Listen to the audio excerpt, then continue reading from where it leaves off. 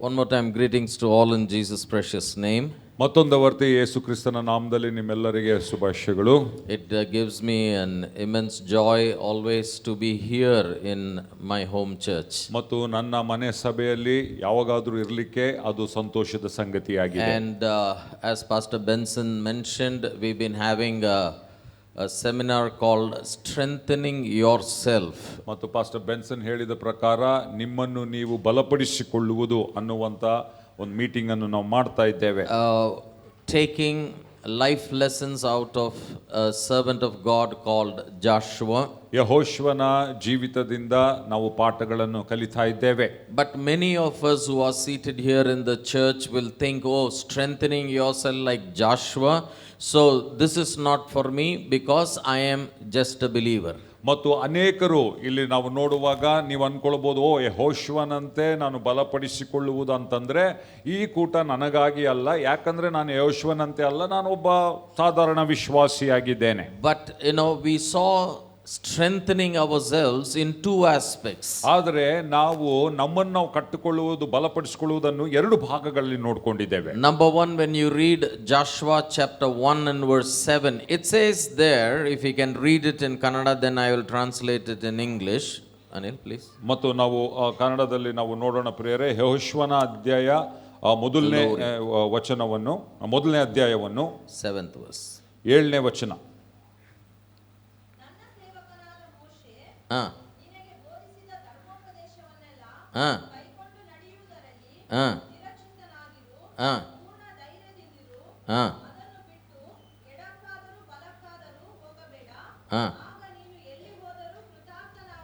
Amen. Now, if I have to render this in a simple colloquial English to you, ಮತ್ತು ಇದನ್ನು ನಾನು ಸಾಧಾರಣವಾಗಿ ನಾವು ಮಾತನಾಡುವಂತ ಭಾಷೆಯಲ್ಲಿ ಹೇಳಬೇಕಾದರೆ, God is telling Joshua, who has been chosen in the place of Moses the prophet, ಮತ್ತು ಪ್ರವಾದಿಯಾಗಿರುವಂತ ಮೋಶೆಯ ಬದಲಾಗಿ ಆರಿಸಲ್ಪಟ್ಟಂತ ಯೆಹೋಶುವನಿಗೆ ದೇವರು ಹೇಳ್ತಾ ಇದ್ದಾನೆ. Mind you, Joshua is not a newly, now only baptized believer. ಮತ್ತು ನೀವು ಅರ್ಥ ಮಾಡಿಕೊಳ್ಳಿರಿ, ಯೆಹೋಶುವನು ಈಗ ತಾನೇ ಹೊಸದಾಗಿ ರಕ್ಷಣೆ ಹೊಂದಿ ದೀಕ್ಷಾ ಸ್ನಾನ ಹೊಂದಿರುವಂತ ವಿಶ್ವಾಸಿ ಅಲ್ಲ.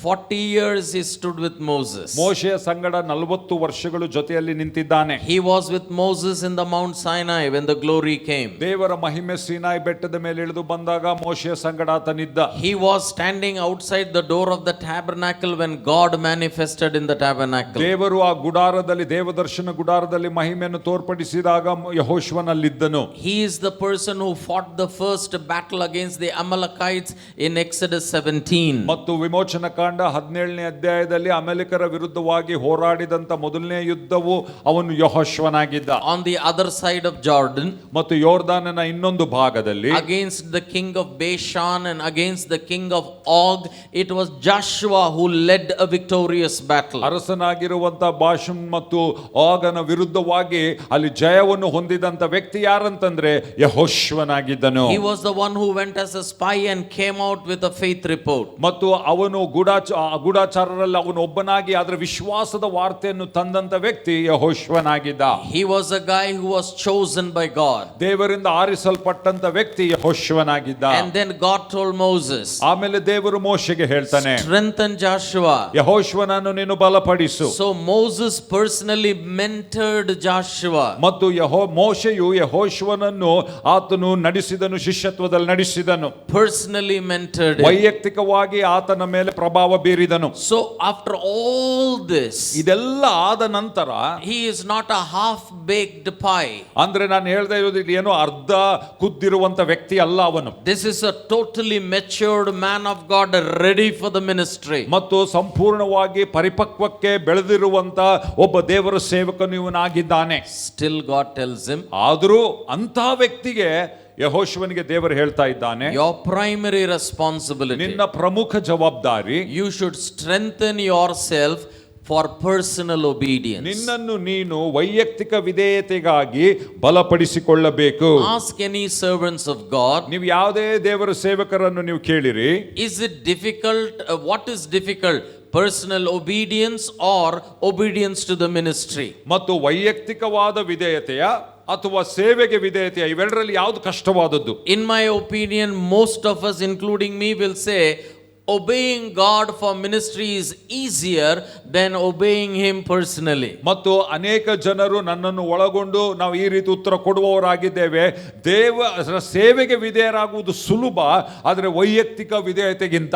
ಸಭೆಗೆ ಬರೋದು ಸುಲಭನ, ಗಂಡ ಹೆಂಡತಿ ಜಗಳ ನಿಲ್ಲಿಸೋದು ಸುಲಭನ? Is it easy to come to church or to stop fighting among the husband and wife? ಸುದರ್ಶನ್ಗೆ ಹೊಸದಾಗಿ ಮದುವೆ ಆಗೈತಿ, ಇವ್ರನ್ನೇ ಕೇಳೋಣ. ಮತ್ತು ಮನೆಯಲ್ಲಿ ಜಗಳನೇ ನಿಲ್ಲಲ್ಲ ಅನ್ನೋ ಟೈಮ್ ಆಯ್ತಂದ್ರೆ ಚಕ ಚಕ ಚಕ ಮೇಕಪ್ ಹಾಕೊಂಡ್ ಬಂದ್ಬಿಡ್ತೀವಿ, ಅದು ಸುಲಭ ಅದು, right? So it's many a times easier. The obedience to serve God is easier than your personal obedience. ಅನೇಕ ಸರಿ ದೇವರಿಗೆ ವಿಧೇಯತೆ ತೋರಿಸುವುದು ಸುಲಭವಾಗಿರ್ತದೆ ವೈಯಕ್ತಿಕ ವಿಧೇಯತೆಗಿಂತ. Because personal obedience is challenged when you are alone. ಯಾಕಂದ್ರೆ ವೈಯಕ್ತಿಕ ವಿಧೇಯತೆ ನೀನು ಏಕಾಂತವಾಗಿರುವಾಗ ಅದು ನಿನ್ನನ್ನು ಸವಾಲುಗೊಳಿಸುತ್ತದೆ. When you are scrolling YouTube, ಮತ್ತು ನೀನು ಯೂಟ್ಯೂಬ್ ನಲ್ಲಿ ನೋಡ್ತಾ ಇರುವಾಗ you will see here and there. ಮತ್ತು ನೀನು ಅಲ್ಲಿ ಇಲ್ಲಿ ನೀನು ನೋಡ್ತಿ, Nobody is there, ಯಾರು ಇಲ್ಲ, anything and everything may come. ಏನಾದ್ರೂ ನೋಡಬಹುದು. But if your scrolling is happening and it is coming on the screen in the church, ಮತ್ತು ನೀನು ಒಂದು ವೇಳೆ ಸ್ಕ್ರೋಲಿಂಗ್ ಮಾಡ್ತಾ ಇದ್ರೆ, ನೀನು ಸ್ಕ್ರೋಲಿಂಗ್ ಮಾಡ್ತಾ ಇರೋದು ಚರ್ಚ್ ಅಲ್ಲಿ ಸ್ಕ್ರೀನ್ ನಲ್ಲಿ ಬರ್ತಾ ಇದ್ರೆ, how careful we will be.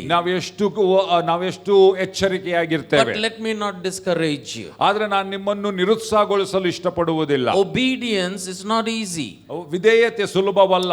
You cannot do it on your own. ನಿನ್ನ ಸ್ವಂತ ಬಲದಿಂದ ಅದನ್ನು ಮಾಡ್ಲಿಕ್ಕೆ ಆಗುವುದಿಲ್ಲ. That is why you have to strengthen yourself for the sake of obedience. ಅದಕ್ಕಾಗಿ ವಿಧೇಯರಾಗಲಿಕ್ಕಾಗಿ ನಮ್ಮನ್ನು ನಾವು ಬಲಪಡಿಸಿಕೊಳ್ಳುವುದು ಪ್ರಾಮುಖ್ಯ. ನಂಬಿದವರಲ್ಲಿ ಜೋರಾಗಿ amen. That is why, because we don't strengthen ourselves for personal obedience, according to Billy Graham, he said 80% of the born again believers are defeated in their personal lives. ಮತ್ತು ಬಿಲ್ಲಿ gram ಅವರ ಪ್ರಕಾರ ಅವರು ಹೇಳ್ತಾರೆ 80% ಹೊಸದಾಗಿ ಜನ್ಮ ಹೊಂದಿರುವಂತ ವಿಶ್ವಾಸಿಗಳು ತಮ್ಮ ವೈಯಕ್ತಿಕ ಜೀವಿತದಲ್ಲಿ ಸೋಲಿನವರಾಗಿದ್ದಾರೆ. Samson was not defeated in the ministry. ಸಂಸೋನನು ಸೇವೆಯಲ್ಲಿ ಸೋಲಿಲ್ಲ. Personal defeat resulted in a ministerial defeat. ವೈಯಕ್ತಿಕವಾಗಿ ಆತನು ಸೋತಿರೋ ಕಾರಣದಿಂದ ಆತನು ಸೇವೆಯಲ್ಲಿ ಆತನು ಸೋತನು. My prayer is that we will rise up strong, that we will obey God personally no matter what. ಮತ್ತು ನನ್ನ ಪ್ರಾರ್ಥನೆ ಏನಂದ್ರೆ, ಅದು ಏನೇ ಆಗಲಿ ನಮ್ಮ ವೈಯಕ್ತಿಕ ವಿಧೇಯತೆಯಲ್ಲಿ ನಾವು ಬಲವಾಗಿ ಏಳುವುದು ನಮಗೆ ಬೇಕು ಪ್ರಿಯರೇ. There is a difference, knowledge to obey. ಮತ್ತು ಅಲ್ಲಿ ವ್ಯತ್ಯಾಸವಿದೆ. ವಿಧೇಯರಾಗಲಿಕ್ಕೆ ಜ್ಞಾನ all of us have. ನಮ್ಮೆಲ್ಲರಿಗೂ ಇದೆ ಅದು ಜ್ಞಾನ. Desire to obey. ವಿಧೇಯರಾಗಲಿಕ್ಕೆ ಆಸೆ all of us have. ಇದು ಎಲ್ಲರಿಗಿರ್ತದೆ. But the ability to obey is where we fail. ಆದರೆ ವಿಧೇಯರಾಗಲಿಕ್ಕೆ ಬಲ ಸಾಮರ್ಥ್ಯ ಅಲ್ಲಿ ನಾವು ತಪ್ಪಿ ಹೋಗುವವರಾಗಿದ್ದೇವೆ.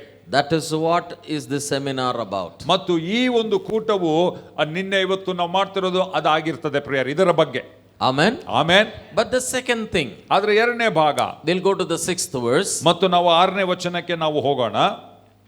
It is talking about being strong so that you will be able to lead these people and possess the entire nation. ಮತ್ತು ಇಲ್ಲಿ ಹೇಳುವಂತದ್ದಾಗಿದೆ, ನೀನು ಇಡೀ ದೇಶವನ್ನು ಅವರ ಒಂದು ವಾಗ್ದಾನ ಭೂಮಿಗೆ ಕರ್ಕೊಂಡು ಹೋಗ್ಲಿಕ್ಕಾಗಿ ನೀನು ಬಲವಾಗಿರು ಅಂತ ಹೇಳ್ತಾನೆ.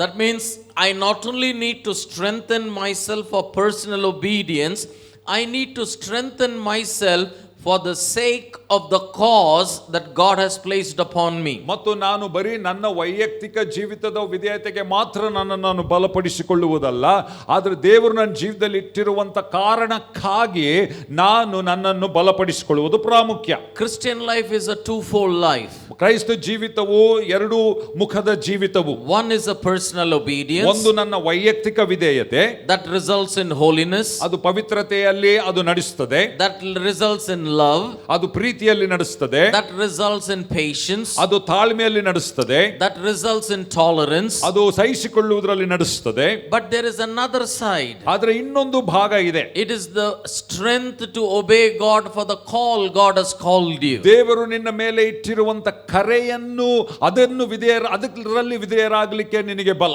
According to the Bible and our belief, we believe that every member is a minister. ಮತ್ತು ದೇವರ ವಾಕ್ಯದ ಪ್ರಕಾರ ಮತ್ತು ನಾವು ದೇವರ ವಾಕ್ಯದ ಪ್ರಕಾರ ನಂಬುತ್ತಾ ಇರುವಾಗ ನಮ್ಮ ನಂಬಿಕೆ ಏನಂದ್ರೆ ಪ್ರತಿಯೊಬ್ಬ ಸದಸ್ಯನು ಸೇವಕನು. Amen. Amen. That means for you to do what you have never done, ಅದರ ಅರ್ಥ ಏನಂದ್ರೆ ನೀನು ಏನು ಮಾಡಲಿಲ್ಲವೋ ಅದನ್ನು ನೀನು ಮಾಡಬೇಕಾದರೆ you have to strengthen yourself. ನಿನ್ನನ್ನು ನೀನು ಬಲಪಡಿಸಿಕೊಳ್ಳಬೇಕು. If God told Joshua has already fought and won battles, he has stood with Moses, he has been the chief minister of Moses, still God is saying, Maga, before you go, take time to strengthen yourself. ಮತ್ತು ದೇವರು ಯುದ್ಧವನ್ನು ಗೆದ್ದಂತ ಯೆಹೋಶುವನಿಗೆ, ಮೋಶೆಯ ಪ್ರಮುಖ ಸೇವಕನಾಗಿರುವಂತ ಯೆಹೋಶುವನಿಗೆ, ಇಷ್ಟೆಲ್ಲ ದೇವರಿಗಾಗಿ ಸಾಧಿಸಿರುವಂತ ಯೆಹೋಶುವನಿಗೆ ನೀನು ಬಲಗೊಳ್ಳು ಅಂತ ಹೇಳುವಾಗ how important it is for you and I. ಮತ್ತು ನೀನು ನಾನು ಇನ್ನೆಷ್ಟು ಬಲಗೊಳ್ಳಬೇಕು ಪ್ರಿಯರೇ. ಅರ್ಥ ಆದವರೆಲ್ಲರೂ ಒಂದು ಜೋರಾಗಿ amen. Last evening in our Dubai church, my wife preached an amazing sermon. ಮತ್ತು ಕಳೆದ ಸಾಯಂಕಾಲ ಅಂದ್ರೆ ನಿನ್ನೆ ಮತ್ತು ನನ್ನ ಪತ್ನಿ ದುಬೈನಲ್ಲಿ ಒಳ್ಳೆ ಸಂದೇಶವನ್ನು ಸಾರಿದರು. She titled the sermon Sharpening Your Axe. ಮತ್ತು ಅವರ ಒಂದು ಸಂದೇಶದ ಒಂದು ಶೀರ್ಷಿಕೆ ನಿನ್ನ ಕೊಡಲಿಯನ್ನು ಹದ ಮಾಡುವಂಥದ್ದು ಅಥವಾ ಚೂಪಾಗಿ ಮಾಡುವಂಥದ್ದು. And she quoted Abraham Lincoln. ಮತ್ತು ಅವರು ಅಬ್ರಹಾಮನ ಲಿಂಕನ್ ಬಗ್ಗೆ ಹೇಳಿದ್ದನ್ನು ಅವ್ರು ಹೇಳಿದ್ರು. She said, Abraham Lincoln said, if you give me 6 hours to chop a tree, I will spend the first 4 hours sharpening my axe. ಮತ್ತು ಅಬ್ರಹಾಂ ಲಿಂಕನ್ ಈ ರೀತಿ ಹೇಳಿದ್ರು, ಒಂದು ವೇಳೆ ಒಂದು ಮರವನ್ನು ಕಡಿಯುವುದಕ್ಕಾಗಿ ನೀನು ನನಗೆ 6 ತಾಸು ಕೊಡುವುದಾದರೆ ಅದರಲ್ಲಿ 4 ತಾಸು ನನ್ನ ಕೊಡ್ಲಿಯನ್ನು ಹದ ಮಾಡಲಿಕ್ಕಾಗಿ ನಾನು ಕಳೆಯುತ್ತೇನೆ. Amen. Amen. See, that's why, for you to come even in the evening, I'm going to be teaching on the main aspect. What is the ingredient that enables us to be strong? ಮತ್ತು ಸಾಯಂಕಾಲ ನೀವು ಬರುವುದಾದರೆ ಮತ್ತು ನಾನಲ್ಲಿ ಬೋಧಿಸುವವನಾಗಿದ್ದೇನೆ, ನೀವು ಬಲವಾಗಿ ಇರಬೇಕಾದ್ರೆ ಏನು ಸಾಮಗ್ರಿಗಳು ಬೇಕು ಎಂಬುದಾಗಿ. Amen. Amen. So that is for the evening. ಅದು ಸಾಯಂಕಾಲಕ್ಕಾಗಿ. But don't take it too lightly, strengthening yourself. ಆದ್ರೆ ನಮ್ಮನ್ನು ನಾವು ಬಲಪಡಿಸಿಕೊಳ್ಳುವುದನ್ನು ಅದನ್ನು ಅಷ್ಟು ಹಗುರಾಗಿ ನೀವು ತೆಗೆದುಕೊಳ್ಳಬೇಡ್ರಿ. This is not an option. ಇದು ನಮಗೆ ಮಾಡಿದ್ರೆ ಮಾಡಬಹುದು, ಬಿಟ್ರೆ ಬಿಡಬಹುದು, ಆ ತರ ಅಲ್ಲ. For example, there is a difference between a command and a privilege. ಮತ್ತು ಅಲ್ಲಿ ವ್ಯತ್ಯಾಸ ಇದೆ ಪ್ರೇರ. ಆಜ್ಞೆಗೂ ಭಾಗ್ಯಕ್ಕೂ ಸ್ವಲ್ಪ ವ್ಯತ್ಯಾಸವಿದೆ. Now when you are going in a traffic, ಮತ್ತು ನೀವು ಟ್ರಾಫಿಕ್ ಅಲ್ಲಿ ಹೋಗ್ತಾ ಇರುವಾಗ if the traffic light is red, Balu, what does that mean? Traffic light ಕೆಂಪಾಗಿದ್ರೆ ಅದರ ಅರ್ಥವೇನು? Stop. ಜಾಣಮ್ಮ ನಿನ್ ಗಂಡ. Red means stop. ಇದು ಆಪ್ಷನ್ ಕಮಾಂಡ. ಕೆಂಪುದಂದ್ರೆ ನಿಲ್ಲುವುದು. ಇದು ಆಯ್ಕೆನಾ ಅಥವಾ ಇದು ಆಜ್ಞೆನಾ? ಆಜ್ಞೆ. When election comes, we go on vote. ಮತ್ತು ಎಲೆಕ್ಷನ್ ಬಂದಾಗ ನಾವೆಲ್ಲರೂ ವೋಟ್ ಹಾಕ್ತೇವೆ. ವೋಟ್ ಹಾಕುವುದು ಆಜ್ಞೆನ, ಹಕ್ಕ, ಒಂದು it is a privilege, it is a right and a privilege, ಆಯ್ಕೆ. ಮತ್ತು ನಾವು ವೋಟ್ ಹಾಕುವಂಥದ್ದು ಇದು ನಮ್ಮ ಹಕ್ಕ ಅಥವಾ ನಮ್ಮ ಆಯ್ಕೆನಾ? ಹಕ್ಕು and our ಅದು ಹಕ್ಕಾಗಿದೆ, ಅದರ ಜೊತೆಯಲ್ಲಿ ನಮ್ಮ ಆಯ್ಕೆ ಕೂಡ ಆಗಿದೆ ಅದು. But the government will not punish you for not voting. ಆದರೆ ಸರ್ಕಾರ ನೀವು ವೋಟ್ ಹಾಕಲಿಲ್ಲ ಎಂಬುದಾಗಿ ನಿಮ್ಮನ್ನು ದಂಡಿಸುವುದಿಲ್ಲ. It will not stop you if you are going to vote. ಆದ್ರೆ ನೀನು ವೋಟ್ ಹಾಕ್ಲಿಕ್ಕೆ ಹೋದ್ರೆ ಅವರೇನು ನಿಮ್ಮನ್ನ ಹಾಕಬೇಡ್ರಿ ಅಂತ ನಿಲ್ಲಿಸುವುದಿಲ್ಲ. But when the red light comes, ಆದರೆ ಕೆಂಪು ಲೈಟ್ ಬಂದಾಗ ಟ್ರಾಫಿಕ್ ಅಲ್ಲಿ it's not your right to pass. ಮತ್ತು ಅದನ್ನು ನೀನು ದಾಟಿ ಹೋಗ್ಲಿಕ್ಕೆ ಹಕ್ಕಿಲ್ಲ ನಿನಗೆ. You don't have a privilege to pass. ಮತ್ತು ನೀನು ದಾಟಿ ಹೋಗ್ಲಿಕ್ಕೆ ಅವಕಾಶವಿಲ್ಲ. You have a command to stop. ನಿನಗೆ ಅಲ್ಲಿ ಆಜ್ಞೆ ಇದೆ, ನಿಲ್ಲಲೇಬೇಕು. You understand the difference? ಅರ್ಥ ಆಗ್ತದ ವ್ಯತ್ಯಾಸ? In the same way, ಅದೇ ರೀತಿಯಲ್ಲಿ strengthening is not a mere right that you have or an option or a choice you have. It is a direct command of God. ಹಾಗೆಯೇ ದೇವರು ನಿನ್ನನ್ನು ನೀನು ಬಲಪಡಿಸ್ಕೋ ಅಂತ ಹೇಳುವಾಗ ಅದು ನಿನಗಿರುವಾಗ ಹಕ್ಕು ಅಥವಾ ಆಯ್ಕೆ ಅಲ್ಲ, ಅದು ದೇವರಿಂದ ಬಂದಂತ ನೇರವಾದಂತ ಆಜ್ಞೆ.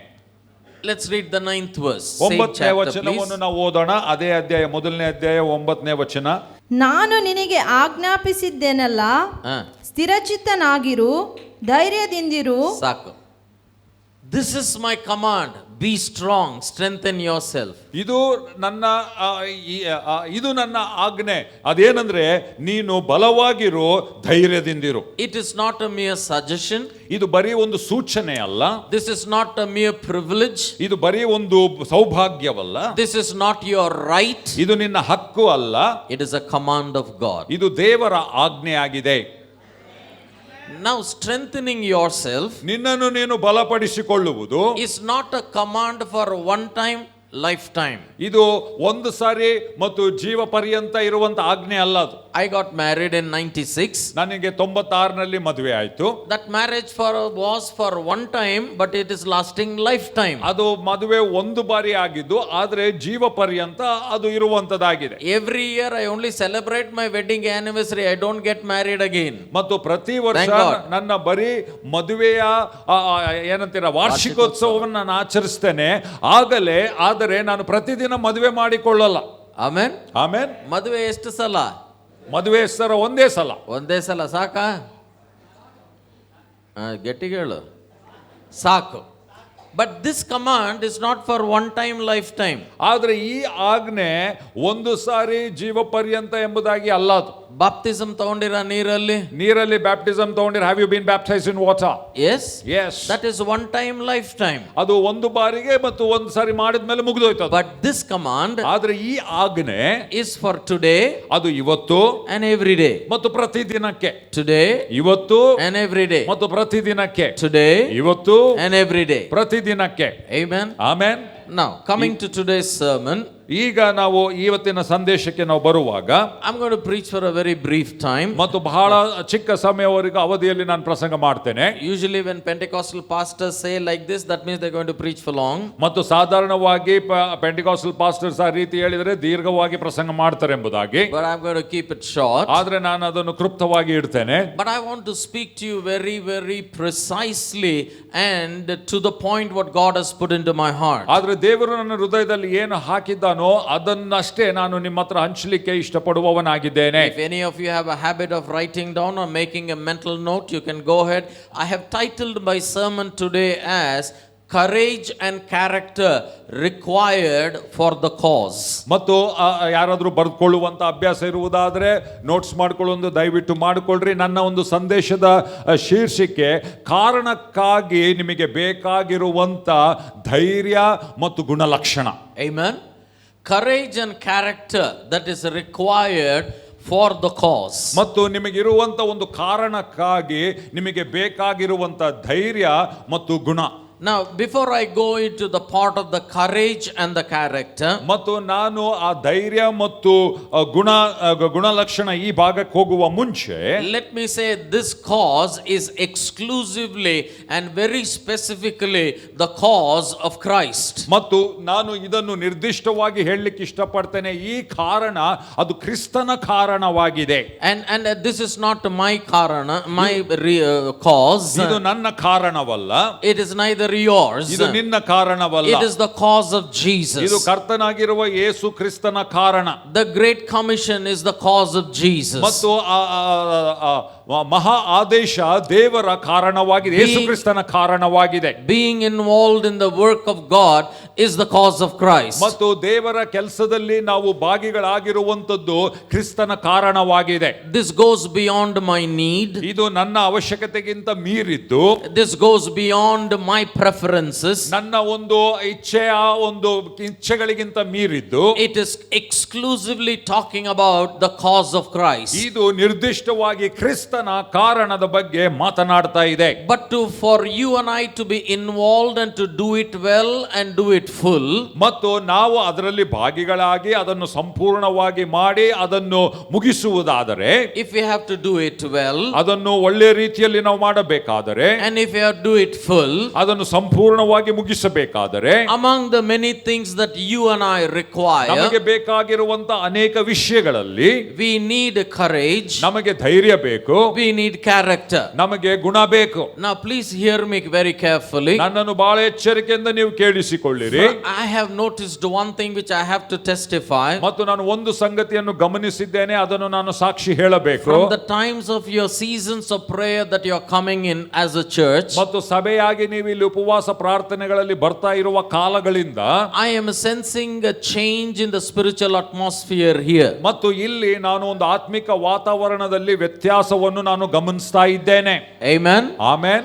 And this morning and yesterday, one of the prayers I was praying is for an open heavens to be here. ಮತ್ತು ಈ ನಿನ್ನೆ ಮತ್ತು ಇವತ್ತು ನಾನು ಪ್ರಾರ್ಥನೆ ಮಾಡಿದ ಒಂದು ಪ್ರಾರ್ಥನೆ ಏನಂದ್ರೆ ಒಂದು ತೆರೆದಂತ ಆಕಾಶ ಇರಬೇಕೆಂಬುದಾಗಿ. But let me again reiterate what I was already saying. ಆದ್ರೆ ನಾನು ಆಗ್ಲೇ ಏನು ಹೇಳ್ತಾ ಇದ್ದಾನೋ ಅದನ್ನು ಮತ್ತೆ ಇನ್ನೊಮ್ಮೆ ನಾನು ಹೇಳ್ತೇನೆ. The cause of Christ is the only reason why you and I continue to live on the planet earth post salvation. ನಮ್ಮ ರಕ್ಷಣೆ ಆದ ನಂತರ ನಾವು ಇನ್ನೂ ಈ ಭೂಮಿಯಲ್ಲಿ ಜೀವಿಸ್ತಾ ಇದ್ದೇವೆ ಅಂದರೆ ಯೇಸು ಕ್ರಿಸ್ತನ ಕಾರಣ ಮಾತ್ರ ಕಾರಣವಾಗಿದೆ. Amen. That is the reason why we have been healed, why we have been delivered, why we have been blessed with prosperity. Everything is only going towards one point, and that is the cause of Christ why we live on the planet earth. ನಾವು ರಕ್ಷಣೆ ಹೊಂದಿರುವುದು, ನಾವು ಬಿಡುಗಡೆ ಹೊಂದಿರುವುದು, ನಾವು ಸ್ವಸ್ಥತೆ ಹೊಂದಿರುವುದು ಒಂದೇ ಒಂದು ಕಾರಣಕ್ಕಾಗಿ. ಆ ಕಾರಣವು ಕ್ರಿಸ್ತನ ಮಹಾ ಕಾರಣವಾಗಿದೆ. I can never overemphasize this particular thing. How much ever I state that there is a cause of Christ in your personal life, in your family, in your job, in your prosperity, how much ever I stated, I still feel I am only understating it. ನಾನು ಇದನ್ನು ಎಷ್ಟು ಒತ್ತಾಯದಿಂದ ಹೇಳಿದರೂ ಕೂಡ ನಿಮ್ಮ ಉದ್ಯೋಗ, ನಿಮ್ಮ ಮದುವೆ, ನಿಮ್ಮ ವೈಯಕ್ತಿಕ ಜೀವಿತ, ನಿಮ್ಮ ಒಂದು ಅಭಿವೃದ್ಧಿ ಎಲ್ಲವೂ ಈ ಕಾರಣಕ್ಕಾಗಿಯೇ ಇದೆ ಅಂತ ನಾನು ಎಷ್ಟು ಒತ್ತಾಯದಿಂದ ಹೇಳಿದ್ರು ಅದು ಇನ್ನೂ ಕಡಿಮೆನೆ ಪ್ರಿಯರೇ. But the sad statistics which are globally made, ಆದರೆ ಒಂದು ಲೋಕದಲ್ಲಿ ನಾವು ನೋಡುವಂತ ಕೆಲವು ಸಂಖ್ಯೆಗಳನ್ನು ನಾವು ನೋಡುವುದಾದ್ರೆ, I wish it is wrong. ಮತ್ತು ನನ್ನ ಆಸೆ ಏನಂದ್ರೆ ಆ ಸಂಖ್ಯೆಗಳು ತಪ್ಪಾಗಿರಲಿ ಎಂಬುದಾಗಿ. I pray that you and I will prove it wrong. ನನ್ನ ಪ್ರಾರ್ಥನೆ ಅಂದ್ರೆ ನೀನು ಮತ್ತು ನಾನು ಆ ಸಂಖ್ಯೆಗಳನ್ನು ತಪ್ಪಾಗಿ ನಾವು ಮಾಡಬೇಕೆಂಬುದಾಗಿ. Global statistics say ಅದೇನು ಹೇಳ್ತದಂದ್ರೆ ಅಂಕಾಂಶಗಳು 95% of the born again believers are never directly involved in any cause of Christ. ತಿರುಗಿ ಹುಟ್ಟಿರುವಂತ ಯೇಸು ಸ್ವಾಮಿಯನ್ನು ನಂಬಿರುವಂತ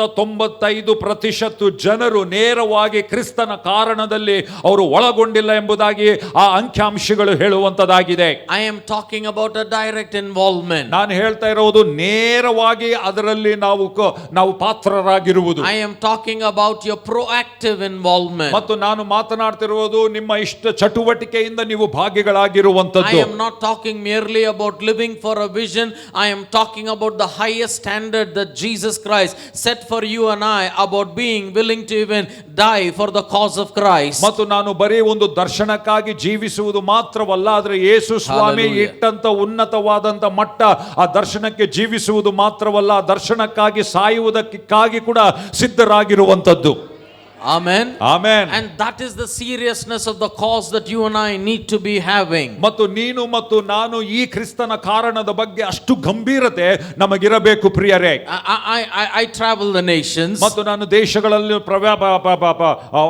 ಪ್ರಯಾಣ ಮಾಡ್ತೇನೆ. I am a missionary. ನಾನೊಬ್ಬ ಮಿಷನರಿ ಆಗಿದ್ದೇನೆ. I spend my time, my everything to learn how best I can fulfill the cause of Christ. ಮತ್ತು ನಾನು ಮತ್ತು ಯಾವ ರೀತಿ ನಾವು ಮತ್ತು ಆ ಕ್ರಿಸ್ತನ ಕಾರಣವನ್ನು ನಾವು ನೆರವೇರಿಸಬಹುದು ಎಂಬುದಾಗಿ ನನ್ನ ಸಮಯವನ್ನು ನಾನು ಕಳೆಯುತ್ತೇನೆ. I never spend my time how we can grow El Shaddai ministry. ಮತ್ತು ನಮ್ಮ ಎಲ್ ಶಡಾಯ್ ಮಿನಿಸ್ಟ್ರಿಯನ್ನು ಯಾವ ರೀತಿಯಲ್ಲಿ ಬೆಳೆಸಬೇಕು ಆ ರೀತಿ ನಾನು ಸಮಯ ಕಳೆಯುವುದಿಲ್ಲ, ಯೋಚನೆ ಮಾಡುವುದಿಲ್ಲ. I'm sure every one of us who have worked in this ministry together, I don't think even ever once we have prayed God grow our ministry. ಮತ್ತು ಈ ಸೇವೆಯಲ್ಲಿ ಭಾಗಿಗಳಾಗಿರುವಂತ ಯಾರೇ ಆದರೂ ಇದಕ್ಕೆ ಸಾಕ್ಷಿ ನೀಡಬಹುದು, ನಾವು ಒಂದು ಸಾರಿ ಕೂಡ ಎಲ್ ಶಡಾಯ್ ಮಿನಿಸ್ಟ್ರಿ ಬೆಳಿಬೇಕೆಂಬುದಾಗಿ ನಾವು ಪ್ರಾರ್ಥನೆ ಮಾಡಿಲ್ಲ. We willing to put ourselves on the altar. ಮತ್ತು ನಮ್ಮನ್ನು ನಾವು ವೇದಿಕೆ ಮೇಲೆ ಹಾಕ್ಲಿಕ್ಕೆ ನಾವು ಸಿದ್ಧರಾಗಿದ್ದೇವೆ. We have put our comforts on the altar. ನಮ್ಮ ಒಂದು ಆರಾಮಾಗಿರುವಂತ ಜೀವಿತವನ್ನು ನಾವು ವೇದಿಕೆ ಮೇಲೆ ಹಾಕ್ಲಿಕ್ಕೆ ಸಿದ್ಧರಾಗಿದ್ದೇವೆ. We have put our name and fame on the altar. ನಮ್ಮ ಹೆಸರು ಪ್ರಸಿದ್ಧಿತನವನ್ನು ನಾವು ವೇದಿಕೆ ಮೇಲೆ ಹಾಕಿದ್ದೇವೆ.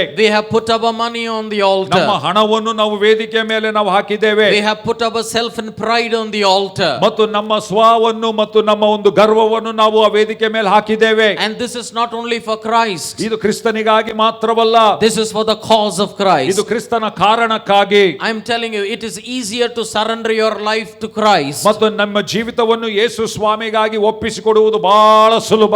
But I am challenging you a greater challenge today. ಆದ್ರೆ ಇವತ್ತು ನಾನು ನಿಮಗೆ ಹೆಚ್ಚಿನ ಸವಾಲುಗಾಗಿ ನಾನು ಸವಾಲುಗೊಳಿಸ್ತಾ ಇದ್ದೇನೆ. Surrendering your life to the cause of Christ is a different ball game, people. ಆದರೆ ಕ್ರಿಸ್ತನ ಒಂದು ಕಾರಣಕ್ಕಾಗಿ ನಮ್ಮನ್ನು ನಾವು ಒಪ್ಪಿಸಿಕೊಡುವುದು ಅದು ಇನ್ನೊಂದು ಮಟ್ಟದ ಸಮರ್ಪಣೆಯಾಗಿರ್ತದೆ. If a church and a Christian ಮತ್ತು ಒಂದು ಸಭೆಯು ಮತ್ತು ಕ್ರೈಸ್ತವನು is only living for Christ, ಬರೀ ಕ್ರಿಸ್ತನಿಗಾಗಿ ಮಾತ್ರ ಜೀವಿಸುವುದಾದ್ರೆ, then you are a good disciple ready to enter into heaven. ಒಂದು ವೇಳೆ ನೀನು ಒಳ್ಳೆ ಶಿಷ್ಯನಾಗಿ ಪರಲೋಕಕ್ಕೆ ಪ್ರವೇಶಿಸಲಿಕ್ಕೆ ನೀನು ಒಳ್ಳೆ ವಿಶ್ವಾಸಿಯಾಗಿದ್ದರೆ, As much as you are ready to live for Christ, ನೀನು ಎಷ್ಟುವರೆಗೆ ಯೇಸು ಸ್ವಾಮಿಗಾಗಿ ಜೀವಿಸಲಿಕ್ಕಾಗಿ ಸಿದ್ಧವಾಗಿದೆಯೋ, you must be willing to live for the cause of Christ. ನೀನು ಅದೇ ಮಟ್ಟದಲ್ಲಿ ಕ್ರಿಸ್ತನ ಕಾರಣಕ್ಕಾಗಿ ನೀನು ಜೀವಿಸಲಿಕ್ಕೆ ಕೂಡ ನೀನು ಸಿದ್ಧವಾಗಿರಬೇಕು. Let's imagine ನಾವು ಊಹಿಸಿಕೊಳ್ಳೋಣ, Jesus Christ physically comes to Sudarshan's house. ಯೇಸು ಸ್ವಾಮಿ ಆತನು ಭೌತಿಕವಾಗಿ ಆತನು ಸುದರ್ಶನ್ ಅವರ ಮನೆಗೆ ಬರ್ತಾನೆ ಅಂತ ಅಂದುಕೊಳ್ಳ್ರಿ. Imagine ಊಹಿಸಿಕೊಳ್ಳಿರಿ, Jesus is sitting in the drawing room. ಯೇಸು ಸ್ವಾಮಿ ಅಲ್ಲಿ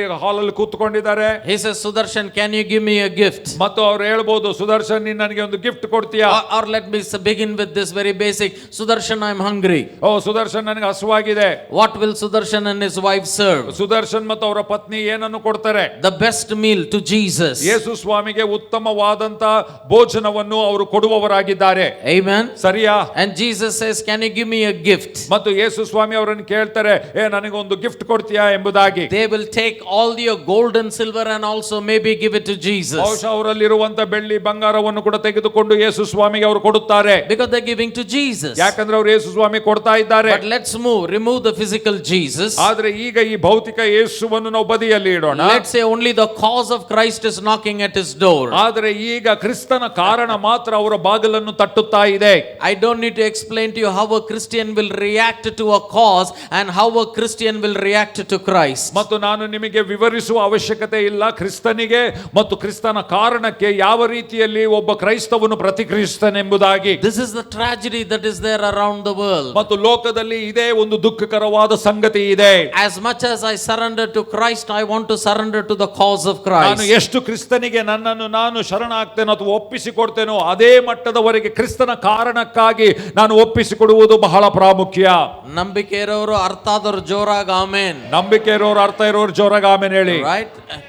We are living for the cause of ನಾವು Christ. ಕ್ರಿಸ್ತನ ಕಾರಣಕ್ಕಾಗಿ ನಾವು ಜೀವಿಸ್ತಾ ಇದ್ದೇವೆ. I pray that we will rise up the level of our commitment, not only to live a life for Christ, but to live a life for the cause of Christ. ಮತ್ತು ನಾನು ನಿಮ್ಮನ್ನು ಪ್ರಬೋಧಿಸುವುದು ಏನಂತಂದ್ರೆ, ನಮ್ಮ ಸಮರ್ಪಣೆಯ ಮಟ್ಟವನ್ನು ನಾವು ಹೆಚ್ಚಿಸಬೇಕು. ಬರೀ ಕ್ರಿಸ್ತನಿಗಾಗಿ ಜೀವಿಸುವುದು ಮಾತ್ರವಲ್ಲ, ಕ್ರಿಸ್ತನ ಕಾರಣಕ್ಕಾಗಿ ಜೀವಿಸುವುದಕ್ಕಾಗಿ. Paul the apostle had an encounter with Damascus. ಅಪೊಸ್ತಲನಾದಂತ ಪೌಲನು ದಮಸ್ಕಸ್ ರಸ್ತೆಯಲ್ಲಿ ಯೇಸು ಸ್ವಾಮಿಯ ಒಂದು ಸಂದರ್ಶನವಾಯಿತು. When Jesus revealed himself to Paul, ಯೇಸು ಸ್ವಾಮಿ ತನ್ನನ್ನು ತಾನು ಪೌಲನಿಗೆ ಪ್ರಕಟಿಸಿದಾಗ, the first question Paul said, what do you want me to do, ಮತ್ತು Lord? ಪೌಲನು ಕೇಳಿದಂತ ಮೊದಲೇ ಪ್ರಶ್ನೆ, ಕರ್ತನೇ ನಾನು ಏನ್ ಮಾಡ್ಬೇಕಂತ ನೀನು? I pray that will be the question we will be asking. ಮತ್ತು ನಾನು ಪ್ರಾರ್ಥನೆ ಮಾಡ್ತೇನೆ, ಅದೇ ಪ್ರಶ್ನೆ ನಾವು ಕೇಳಬೇಕು ಯೇಸು Every ಸ್ವಾಮಿಯನ್ನು. moment and every day of our life. Every moment and every day of our life. ಪ್ರತಿದಿನ ಪ್ರತಿ ಕ್ಷಣ ನಮ್ಮ ಜೀವನದಲ್ಲಿ ಆ ಪ್ರಶ್ನೆ ಕೇಳಬೇಕು. What do you want me to do, O Lord? ಕರ್ತನೇ ನಾನು ಏನ್ ಮಾಡ್ಬೇಕಂತ ನೀನು? What do you want me to do, Lord? ಕರ್ತನೇ ನಾನು ಏನ್ ಮಾಡ್ಬೇಕಂತ ನೀನು? The cause of Christ cannot become our convenience. ಮತ್ತು ಆ ಒಂದು ಕ್ರಿಸ್ತನ ಕಾರಣ ನಮ್ಮ ಅನುಕೂಲ ಆಗಬಾರದು It ಪ್ರಿಯರೇ. should not become our pastime. ನಮಗೆ ಸಮಯ ಇದ್ದಾಗ ಮಾತ್ರ ಮಾಡ್ತೇನೆ ಅನ್ನುವಂಥದ್ದಾಗಬಾರದು. I pray that as much as Christ determines our life, the cause of Christ will determine everything in our life. ಯಾವ ರೀತಿಯಲ್ಲಿ ಕ್ರಿಸ್ತನು ನಮ್ಮ ಜೀವಿತವನ್ನು ನಿರ್ಧರಿಸುತ್ತಾನೋ ಅದೇ ರೀತಿಯಲ್ಲಿ ಕ್ರಿಸ್ತನ ಕಾರಣವು ನಮ್ಮ ಜೀವಿತವನ್ನು ನಿರ್ಧರಿಸಬೇಕು. ನಂಬಿಕೆ ಇರೋರೆಲ್ಲರೂ ಜೋರಾಗಿ ಆಮೆನ್. ನಂಬಿಕೆ ಇರುವವರೆಲ್ಲ ಜೋರಾಗಿ amen. This is what God is telling you. ಮತ್ತು ಇದನ್ನೇ ದೇವರು ಹೇಳ್ತಾ ಇದ್ದಾನೆ. But to fulfill this cause, ಆದರೆ ಈ ಒಂದು ಕಾರಣವನ್ನು ನಾವು ಪೂರ್ಣಗೊಳಿಸಲಿಕ್ಕಾಗಿ we need many things. ಮತ್ತು ನಾವು ಅನೇಕ ಸಂಗತಿಗಳನ್ನು ನಾವು ಮಾಡಬೇಕು. Two things that I'm going to list to you. ಮತ್ತು ಎರಡು ಸಂಗತಿಗಳನ್ನು ನಾನು ನಿಮ್ಮ ಹತ್ರ ಇಡುವವನಾಗಿದ್ದೇನೆ. Number one, I'm going to talk about you. ಮತ್ತು ನಾನು ಒಂದು ನಿಮ್ಮ ಬಗ್ಗೆ ನಾನು ಮಾತನಾಡ್ತೇನೆ. That is the individual you. ಅದೇನಂದ್ರೆ ವೈಯಕ್ತಿಕವಾಗಿ ನೀನು. And then I'm going to talk about us.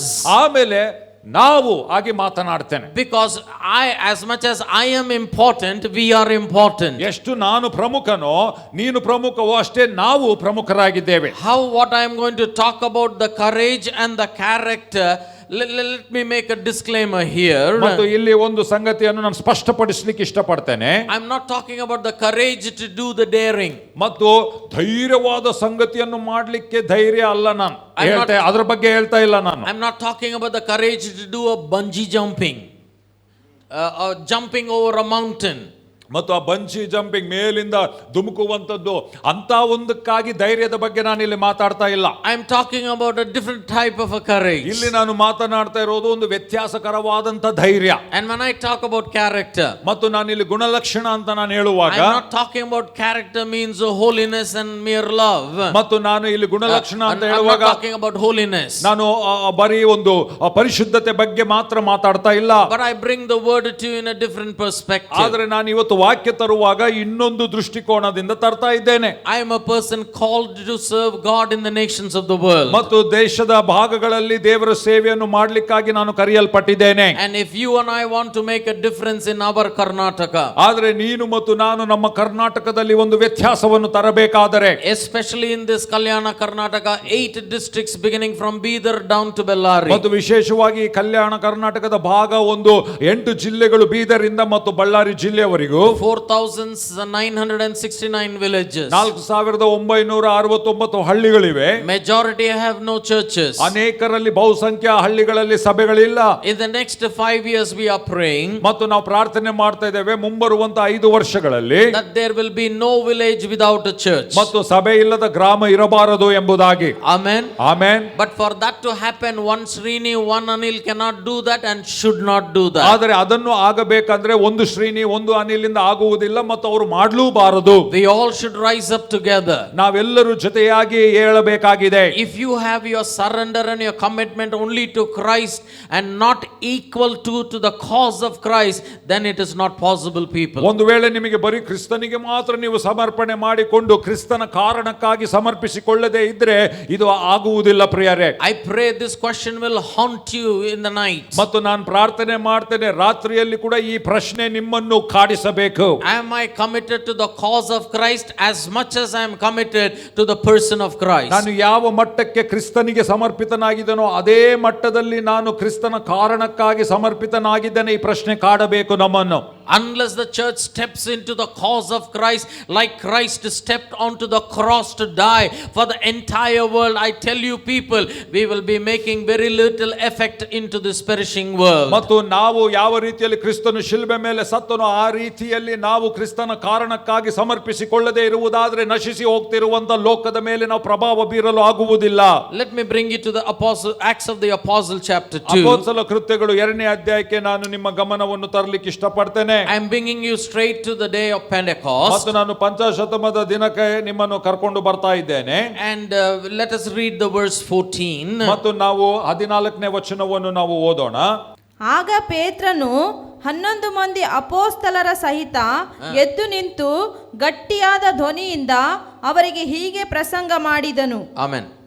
Now hear me, please. ಇಲ್ಲಿ ಕೇಳಿಸಿಕೊಳ್ಳಿರಿ. This verse is a gold mine of revelation as to how I and we can successfully finish the cause of Christ. ಮತ್ತು ಈ ಒಂದು ವಚನದಲ್ಲಿ ಅಲ್ಲಿ ಯಾವ ರೀತಿಯಲ್ಲಿ ನಾವು ಯಶಸ್ಸಾಗಿ ಕರ್ತನ ಕಾರಣವನ್ನು ಪೂರೈಸಬಹುದು ಎನ್ನುವಂತ ಪ್ರಕಟಣೆ ಇದೆ ಪ್ರಿಯರೇ. You know, in my King James it says, but Peter standing up. ಆದರೆ ಇಲ್ಲಿ ಹೇಳುವಂತದಾಗಿದೆ ನನ್ನ ಇದರಲ್ಲಿ ಪೇತ್ರನು ಆತನು ನಿಂತುಕೊಂಡನು ಎಂಬುದಾಗಿ. Let me again read it fully. It says, but Peter standing up along with the other 11 people. ಮತ್ತು ಇಲ್ಲಿ ಹೇಳುವಂತದಾಗಿದೆ ಅಪೊಸ್ತಲನಾದ ಪೇತ್ರನು 11 ಮಂದಿ ಅಪೊಸ್ತಲರೊಂದಿಗೆ ನಿಂತುಕೊಂಡನು ಎಂಬುದಾಗಿ. Now let me add it fully. But Peter stood up along with the 11 and preached the gospel. ಮತ್ತು ನಾನು ಇದನ್ನು ಸಂಪೂರ್ಣವಾಗಿ ಹೇಳಲಿಕ್ಕೆ ಇಷ್ಟಪಡ್ತೇನೆ.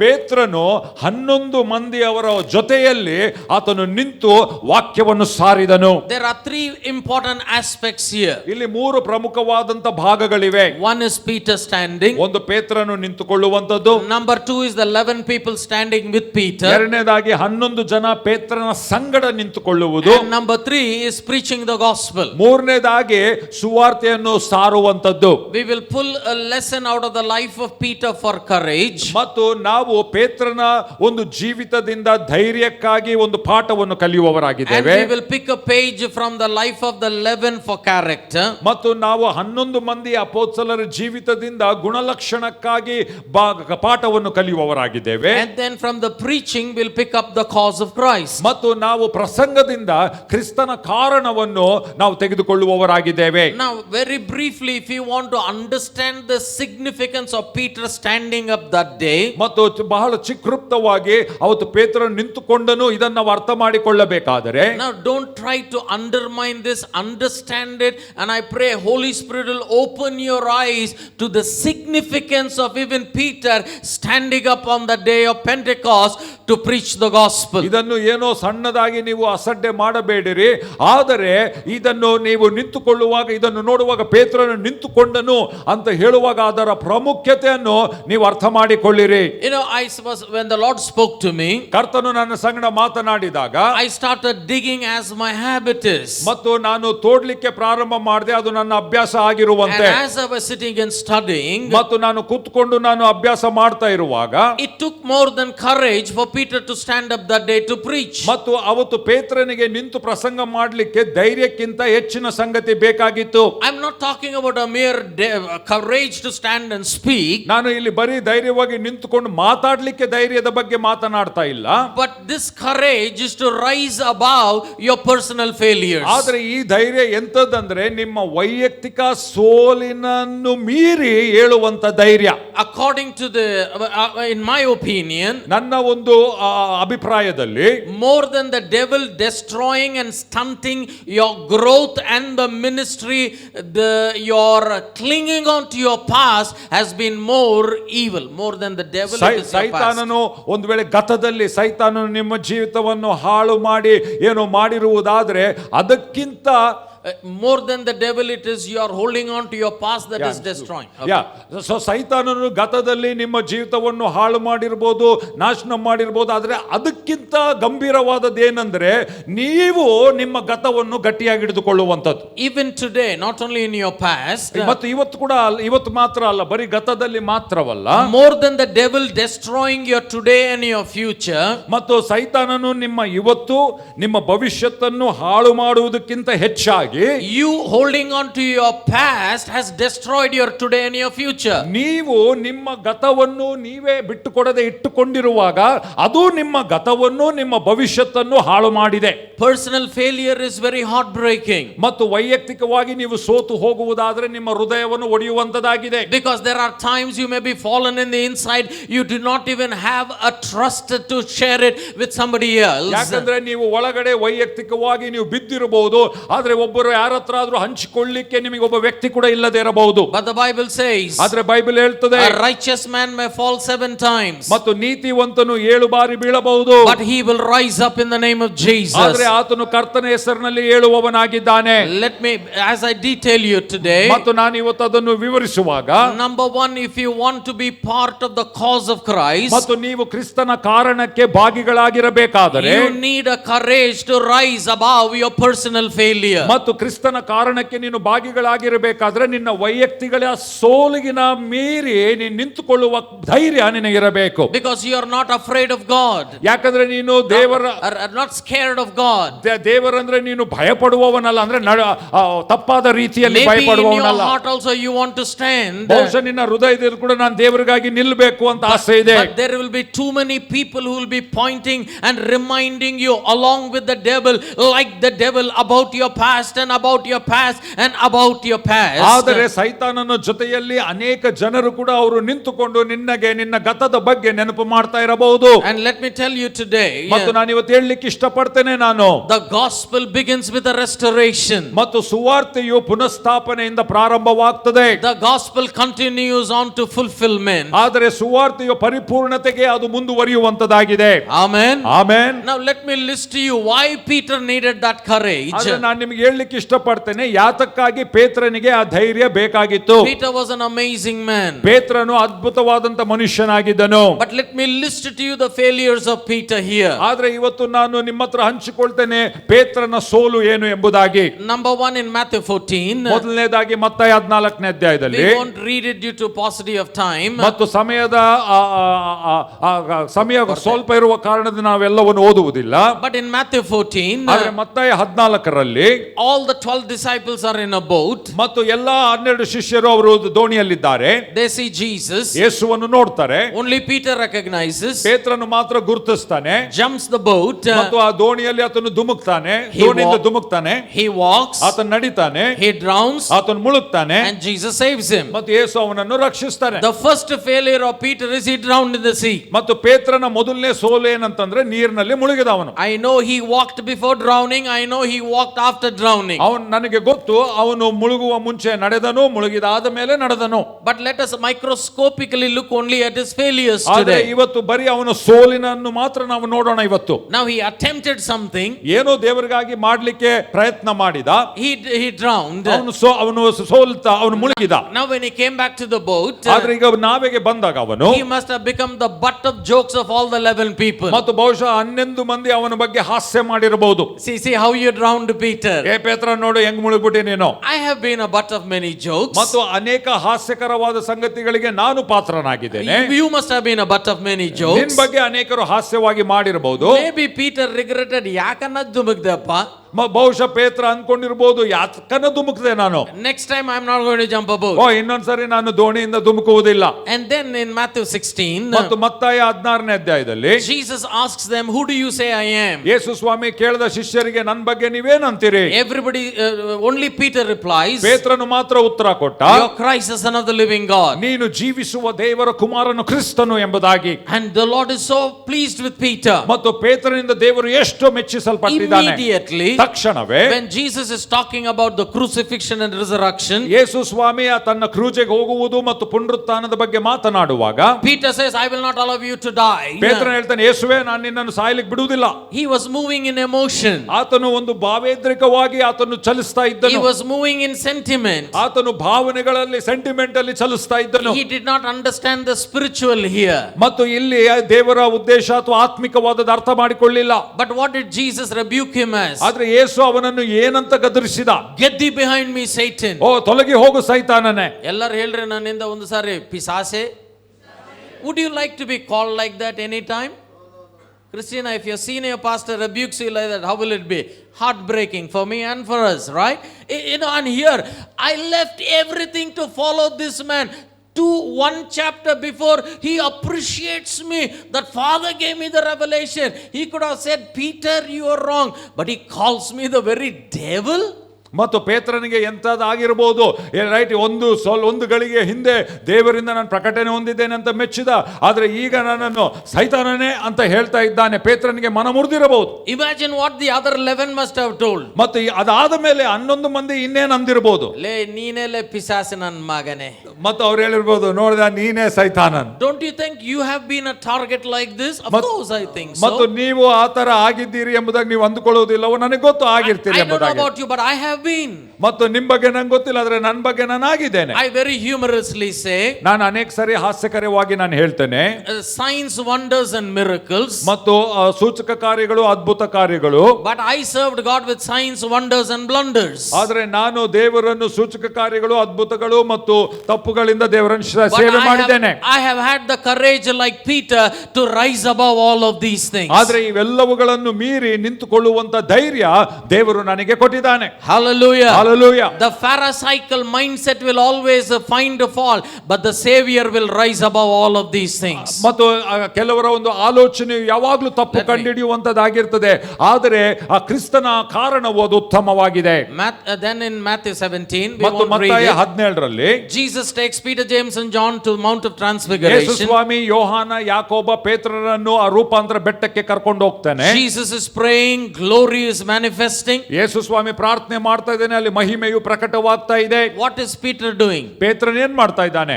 Some people do in the church. ಮತ್ತು ಸಭೆಯಲ್ಲಿ ಕೆಲವರು ಮಾಡ್ತಾರೆ, ಅದನ್ನೇ ಪೇತ್ರ ಮಾಡ್ತಾ ಇದ್ದ. ಪ್ರಾರ್ಥನೆನ ಅಲ್ಲ, ಪ್ರಾರ್ಥನೆ ಬಗ್ಗೆ ಮಾತಾಡ್ತಾ ಇಲ್ಲ, ಹೋಗಿದ್ದು ಪ್ರಾರ್ಥನೆಗೆ. ಇವಾಗ Peter, what is Peter doing? ಅವ್ರು ರೂಪಾಂತರ ಬೆಟ್ಟಕ್ಕೆ ಹೋಗಿದ್ದು ಪ್ರಾರ್ಥನೆಗೆ. ಅವ್ರು ಏನ್ ಮಾಡ್ತಾ ಇದ್ರು? ಮಲ್ಕೊಂಡಿದ್ರು. Among the thousands 12 were chosen, among the 12 3 were chosen, and the man is sleeping in the prayer meeting. ಆ ಸಾವಿರಾರು ಜನರಲ್ಲಿ 12 ಜನರನ್ನು ಆರಿಸಿಕೊಂಡ, 12ರಲ್ಲಿ 3ನೇ ಸ್ವಾಮಿ ಆರಿಸಿಕೊಂಡ, ಈ 3ರಲ್ಲಿ ಆ ಪೇತ್ರನು ಮಲಗ್ತಾ ಇದ್ದಾನೆ. Then let me fast forward to you. ಮತ್ತೆ ಈ ಬೇಗನೆ ನಿಮ್ಮನ್ನು ಮುಂದೆ ಕರ್ಕೊಂಡು ಹೋಗ್ತೇನೆ. And when Jesus again in Matthew 26 was talking about his crucifixion, ಮತ್ತು ಯೇಸು ಸ್ವಾಮಿ ಮತ್ತೆ ಮತ್ತ 26ರಲ್ಲಿ ತಾನು ಕ್ರೂಜಿಗೆ ಹೋಗೋದ್ರ ಬಗ್ಗೆ ಮಾತನಾಡುವಾಗ, and he said, all of you will leave me. ಆತನ ಹೇಳ್ತಾನೆ, ಎಲ್ಲರೂ ನನ್ನನ್ನು ಬಿಟ್ಬಿಡ್ತೀರಾ? Peter comes and says, John ಜಾಯ ವಚನ ನಾ ಜಾಯ, ನಾನು ಮಾತ್ರ ನಿನ್ನ ಬಿಡಲ್ಲ. ಮತ್ತು ಪೇತ್ರ ಹೇಳ್ದ, ಏನೇ ಪ್ರಾಣ ಹೋಗ್ಲಿ ನನ್ನ ಮಾತು ಮಾತ್ರ ಮೀರೋದಿಲ್ಲ ಎಂಬುದಾಗಿ ನಾನು ನಿನ್ನ ಬಿಡಲ್ಲ ಅಂತಂದ. చూసుకునేస్తాం ఎవడొస్తాడేమో, నేను మాత్రం మొదలు. ಮತ್ತೆ ಯಾರು ಬಂದ್ರೆ ಏನು ನೋಡ್ಕೊಂಡ್ಬಿಡ, ನಾನ್ ಮಾತ್ರ ಯೇಸುವೆ ನಿನ್ನನ್ನು ಬಿಡಲ್ಲ ಅಂತಂದ. Fast forward, when Jesus was taken to the cross, he not only forsook Jesus, he denied him and used cuss words against Jesus. ಮತ್ತು ಮುಂದೆ ನಾವು ನೋಡೋದಾದ್ರೆ ಅಲ್ಲಿ ಕರೆಕ್ಟ್ ಸಿಚುವೇಶನ್ ಪರಿಸ್ಥಿತಿ ಬಂದಾಗ ಅವನು ಯೇಸು ಸ್ವಾಮಿಯನ್ನು ತಿರಸ್ಕರಿಸಿದ ಮತ್ತು ಆತನು ಆಣೆ ಕೂಡ ಮಾಡಿದ, ನನಗೆ ಯೇಸು ಸ್ವಾಮಿ ಗೊತ್ತಿಲ್ಲ ಎಂಬುದಾಗಿ. In the garden of Gethsemane, ಮತ್ತು ಆ ಒಂದು ಗೆತ್ಸೆಮನೆ ತೋಟದಲ್ಲಿ with all of this Jesus is praying, and he said, Peter, pray, pray, pray. ಮತ್ತು ಅಂಥ ಗಂಭೀರವಾದ ಪರಿಸ್ಥಿತಿಯಲ್ಲಿ ಯೇಸು ಸ್ವಾಮಿ ಪೇತ್ರನಿಗೆ ಹೇಳ್ತಾನೆ, ಪೇತ್ರನೇ ಪ್ರಾರ್ಥನೆ ಮಾಡು, ಪ್ರಾರ್ಥನೆ ಮಾಡು, ಪ್ರಾರ್ಥನೆ ಮಾಡು. Sweat has become blood here. ಇಲ್ಲಿ ಯೇಸು ಸ್ವಾಮಿಯ ರಕ್ತವು ಬೆವರು ರಕ್ತದಂತಿದೆ. What was Peter doing? ಪೇತ್ರನ ಏನ್ ಮಾಡ್ತಿದ್ದ? Again sleeping in the prayer meeting. ಮತ್ತೆ ಅಲ್ಲಿ ಮಲಗಿದ್ದ. And then the soldiers come to arrest Jesus. ಅವಾಗ ಅಲ್ಲಿ ಸೈನಿಕರು ಯೇಸು ಸ್ವಾಮಿಯನ್ನು ಹಿಡ್ಕೊಳ್ಳಲಿಕ್ಕೆ ಬರ್ತಾರೆ. Only Peter pulls out the sword. ಪೇತ್ರನು ಮಾತ್ರ ಕತ್ತಿಯನ್ನು ತೆಗಿತಾನೆ. And what does he do? ಮತ್ತು ಅವನು ಏನ್ ಮಾಡ್ತಾನೆ? He cuts off the ear of a soldier. ಮತ್ತು ಅಲ್ಲಿರುವ ಸೈನಿಕನ ಒಬ್ಬನ ಕಿವಿಯನ್ನು ಕತ್ತರಿಸ್ತಾನೆ. What do you think? He was only aiming for the ear? ಮತ್ತೆ ನೀವೇನ್ ಅನ್ಕೊಳ್ತೀರಿ? ಪೇತ್ರನು ಕರೆಕ್ಟ್ ಕಿವಿಗೆ ಗುರಿ ಇಟ್ಟಿದ್ನ? He aimed for the neck. ಅವನು ಕತ್ತಿಗೆ ಗುರಿ ಇಟ್ಟಿದ್ದ. ಬಟ್ ಆ ನಿದ್ದೆ ಮೊಬೈಲ್ ಕುತ್ತಿಗೆ ಕೂಡ ಕಾಣಿಲ್ಲ, ಕಿವಿಗೆ ಹಾಕಿದ. ಆದ್ರೆ ನಿದ್ದೆ ಮೊಬ್ಬಲ್ಲಿ ಅವನ ಕುತ್ತಿಗೆ ಹೊಡೆದಿಲ್ಲ, ಕಿವಿಗೆ ಹಾಕಿದ. Now he had murderous intentions. ಮತ್ತು ಅವನಿಗೆ ಅವನ್ನ ಸಾಯಿಸಬೇಕು ಅನ್ನುವಂತ ಉದ್ದೇಶ, ಕೋಪ ಅಷ್ಟಿತ್ತು ಅವನಿಗೆ. The same one who drowned, ಮತ್ತು ಮುಳುಗಿದಂತ ಪೇತ್ರನು, the one who slept in the prayer, ಪ್ರಾರ್ಥನೆಯಲ್ಲಿ ಮಲಗಿದ ಪೇತ್ರನು, the same Peter who was rebuked as a devil, ಮತ್ತು ಸೈತಾನನು ಎಂದು ಗದರಿಸಲ್ಪಟ್ಟಂತ ಪೇತ್ರನು, the same Peter who attempted to murder on the day of crucifixion, ಮತ್ತು ಆ ಒಂದು ಶಿಲುಬೆಗೆ ಹೋಗುವ ಮುಂಚೆ ಅವನನ್ನು ಸಾಯಿಸಬೇಕಂತ ಪ್ರಯತ್ನ ಮಾಡಿದಂತ ಪೇತ್ರನು, and now he denied Jesus. ಈಗ ಯೇಸು ಸ್ವಾಮಿಯನ್ನು ತಿರಸ್ಕರಿಸಿದಂತ ಪೇತ್ರನು, he ran away from there. ಅಲ್ಲಿಂದ ಓಡಿ ಹೋದ. And then Jesus Christ resurrects. ಆಮೇಲೆ ಯೇಸು ಸ್ವಾಮಿ ಪುನರುತ್ಥಾನನಾಗ್ತಾನೆ. Jesus appears to the disciple. ಮತ್ತು ಯೇಸು ಸ್ವಾಮಿ ಶಿಷ್ಯರಿಗೆ ಕಾಣಿಸಿಕೊಳ್ತಾನೆ. One of the times he appears to Peter alone. ಮತ್ತು ಆ ಒಂದು ಸಮಯದಲ್ಲಿ ಬರೀ ಪೇತ್ರನಿಗೆ ಮಾತ್ರ ಕಾಣಿಸಿಕೊಳ್ತಾನೆ. In spite of all of this, ಇವೆಲ್ಲವುಗಳಾದ್ಮೇಲೂ ಕೂಡ in John 21, ಮತ್ತು ಯೋಹಾನ 21ರಲ್ಲಿ Peter says, I am going for fishing. ಪೇತ್ರನ ಹೇಳ್ತಾನೆ, ನಾನು ಮೀನು ಹಿಡಿಲಿಕ್ಕೆ ಹೋಗ್ತಾ ಇದ್ದೀನಿ. He did not go for himself alone. ಇವಾಗ ಅವನು ತನ್ನಷ್ಟಕ್ಕೆ ಮಾತ್ರ ಹೋಗ್ಲಿಲ್ಲ. ಅವನು he must have sat and said, man, I attempted everything, I am an absolute failure. ಬಹುಶಃ ಅವನು ಅಂದುಕೊಂಡ, ನಾನು ಎಷ್ಟೋ ಪ್ರಯತ್ನ ಮಾಡಿದೆ, ಆದ್ರೆ ನಾನು ಸಂಪೂರ್ಣ ಸೋಲಿನವನು. I am not worthy enough. ನಾನು ಇನ್ನ ಯೋಗ್ಯನಲ್ಲ. That is why even after the resurrected Christ appeared to Peter, he still went back for fishing. ಅದಕ್ಕಾಗಿ ಪುನರುತ್ಥಾನನಾಗಿರುವಂತ ಯೇಸು ಅವನಿಗೆ ಕಾಣಿಸಿಕೊಂಡಾಗ್ಯೂ ಅವನು ಮೀನಿಡಲಿಕ್ಕೆ ಹೋದ. Something happened from that time to the day of Pentecost in the life of Peter. ಆದರೆ ಪೇತ್ರನ ಜೀವಿತದಲ್ಲಿ ಆ ಗಳಿಗೆಯಿಂದ ಆ ಪಂಚಾಶತಮದ ದಿನದ ಮಧ್ಯದಲ್ಲಿ ಏನೋ ಆಯ್ತು. He had the courage to rise above his failure to stand and deliver the first ever gospel message in the history of the church. ಮತ್ತು ಆತನಿಗೆ ಆ ಒಂದು ಪಂಚಾಶತಮ ದಿನದಂದು ಆ ಮೊದಲನೇ ಸಂದೇಶ, ಸಭೆ ಸಾರಿದಂತ ಮೊದಲನೇ ಸಂದೇಶವನ್ನು ಎದ್ದು ನಿಂತುಕೊಂಡು ಪ್ರಸಂಗ ಮಾಡುವ ಧೈರ್ಯ ಅವನು ಕಂಡುಕೊಂಡನು. He had a different revelation in this intermittent period that gave him the courage to to rise above his personal failure. ಆದರೆ ಈ ಒಂದು ಸಮಯದಲ್ಲಿ ಅವಧಿಯಲ್ಲಿ ಅವನ ಒಂದು ವೈಯಕ್ತಿಕ ಸೋಲನ್ನು ಮೀರಿ ನಿಂತುಕೊಂಡು ಪ್ರಸಂಗ ಮಾಡುವಂತ ಧೈರ್ಯ ಹೊಂದಲಿಕ್ಕೆ ಅವನಿಗೇನೋ ಒಂದು ಪ್ರಕಟಣೆ ಸಿಕ್ಕಿತಲ್ಲ. I have met scores of ministers and Christians. ಮತ್ತು ನಾನು ಸಾವಿರಾರು ಕ್ರೈಸ್ತವರನ್ನು ಸೇವಕರನ್ನು ನಾನು ಭೇಟಿಯಾಗಿದ್ದೇನೆ. They are able to forgive everybody but not themselves. ಅವರು ಎಲ್ಲರನ್ನು ಕ್ಷಮಿಸ್ತಾರೆ ಅನೇಕ ಸರಿ, ಆದರೆ ತಮ್ಮನ್ನು ತಾವು ಕ್ಷಮಿಸಿಕೊಳ್ಳುವುದಿಲ್ಲ. They don't have the courage to rise above their personal failures. ಅವರ ವೈಯಕ್ತಿಕ ಸೋಲನ್ನು ಮೀರಿ ಏಳುವುದಕ್ಕೆ ಅವರಿಗೆ ಧೈರ್ಯವಿಲ್ಲ.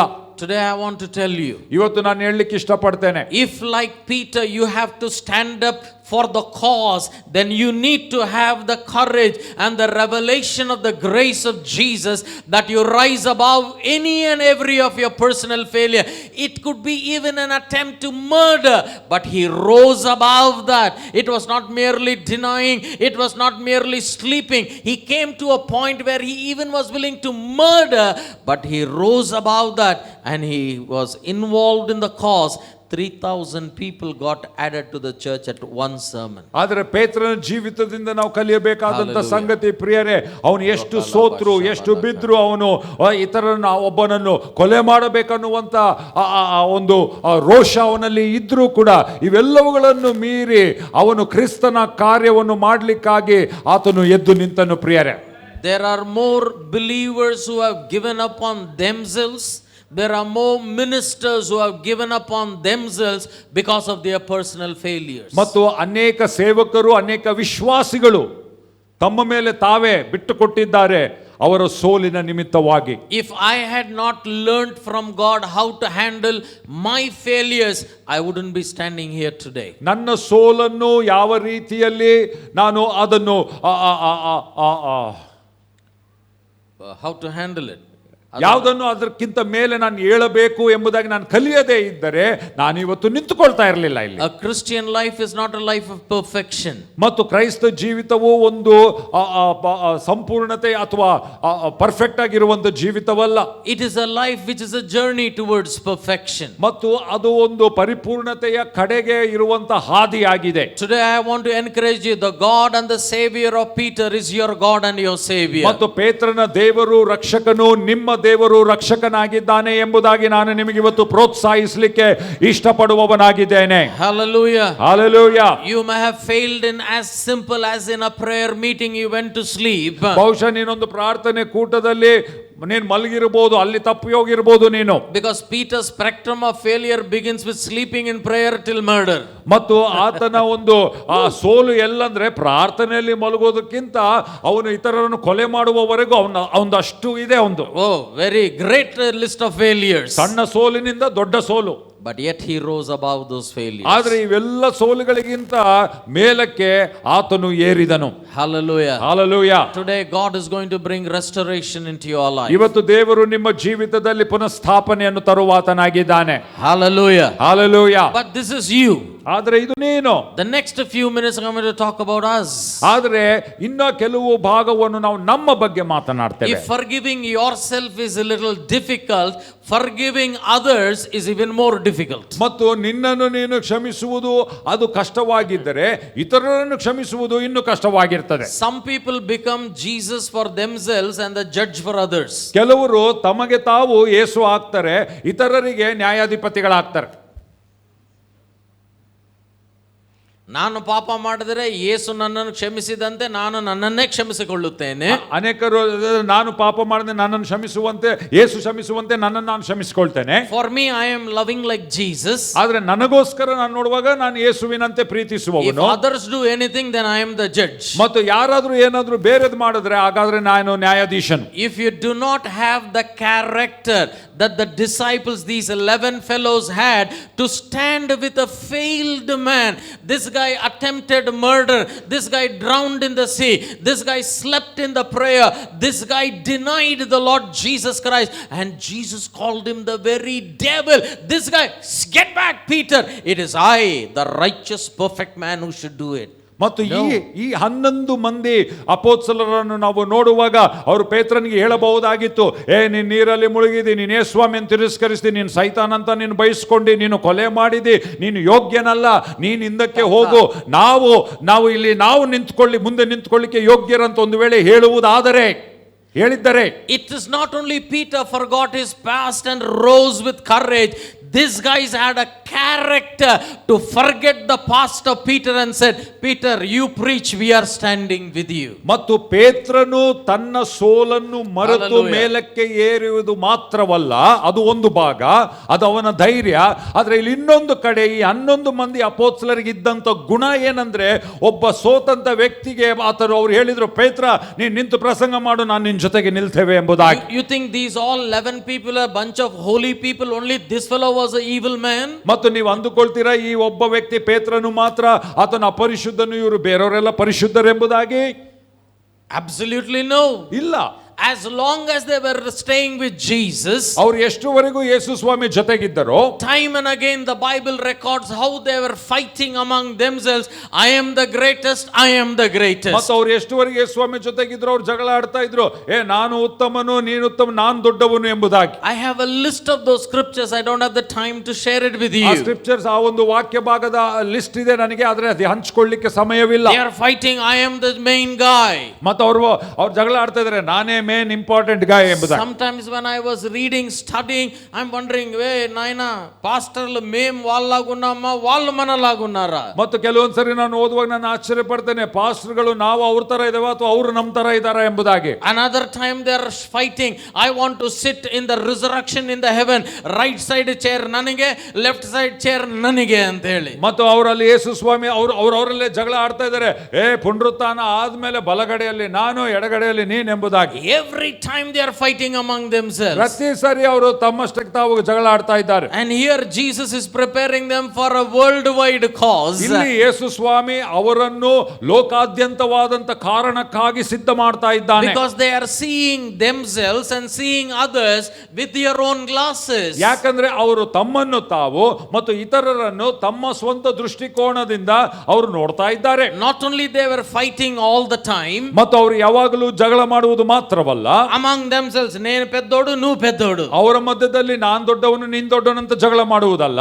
Right? But even on the day of the last supper, ಮತ್ತು ಆ ಕೊನೆ ಒಂದು ಭೋಜನ ಕರ್ತ ಆ ದಿನದ ಆ ಸಮಯದಲ್ಲಿ ಕೂಡ Jesus is breaking the bread. ಅಲ್ಲಿ ಯೇಸು ಸ್ವಾಮಿ ರೊಟ್ಟಿ ಮುರಿತಾ ಇದ್ದಾನೆ. He said, my body is going to be broken like you, like this. ಅವರು ಹೇಳ್ತಾ ಇದ್ದಾರೆ, ನನ್ನ ದೇಹ ಈ ರೀತಿ ಮುರಿಯಲ್ಪಡ್ತದೆ, and my blood is going to be shed. ನನ್ನ ರಕ್ತವು ಅಲ್ಲಿ ಸುರಿಸಲ್ಪಡ್ತದೆ. And Jesus is washing their feet. ಯೇಸು ಸ್ವಾಮಿ ಅವರ ಕಾಲನ್ನು ತೊಳಿತಾ ಇದ್ದಾನೆ. In this solemn evening, ಇಂಥ ಒಂದು ಗಂಭೀರವಾದಂತ ಪರಿಶುದ್ಧವಾದಂತ ಸಂಜೆಯಲ್ಲಿ, you know what these disciples were doing? ಮತ್ತೆ ಶಿಷ್ಯರು ಏನ್ ಮಾಡ್ತಾ ಇದ್ರು ಗೊತ್ತಾ? Bible says they were fighting who is the greatest among them. ಮತ್ತು ಅವರಲ್ಲಿ ಯಾರು ದೊಡ್ಡವನು ಎಂಬುದಾಗಿ ಅವರು ಜಗಳ ಆಡ್ತಾ ಇದ್ದರು.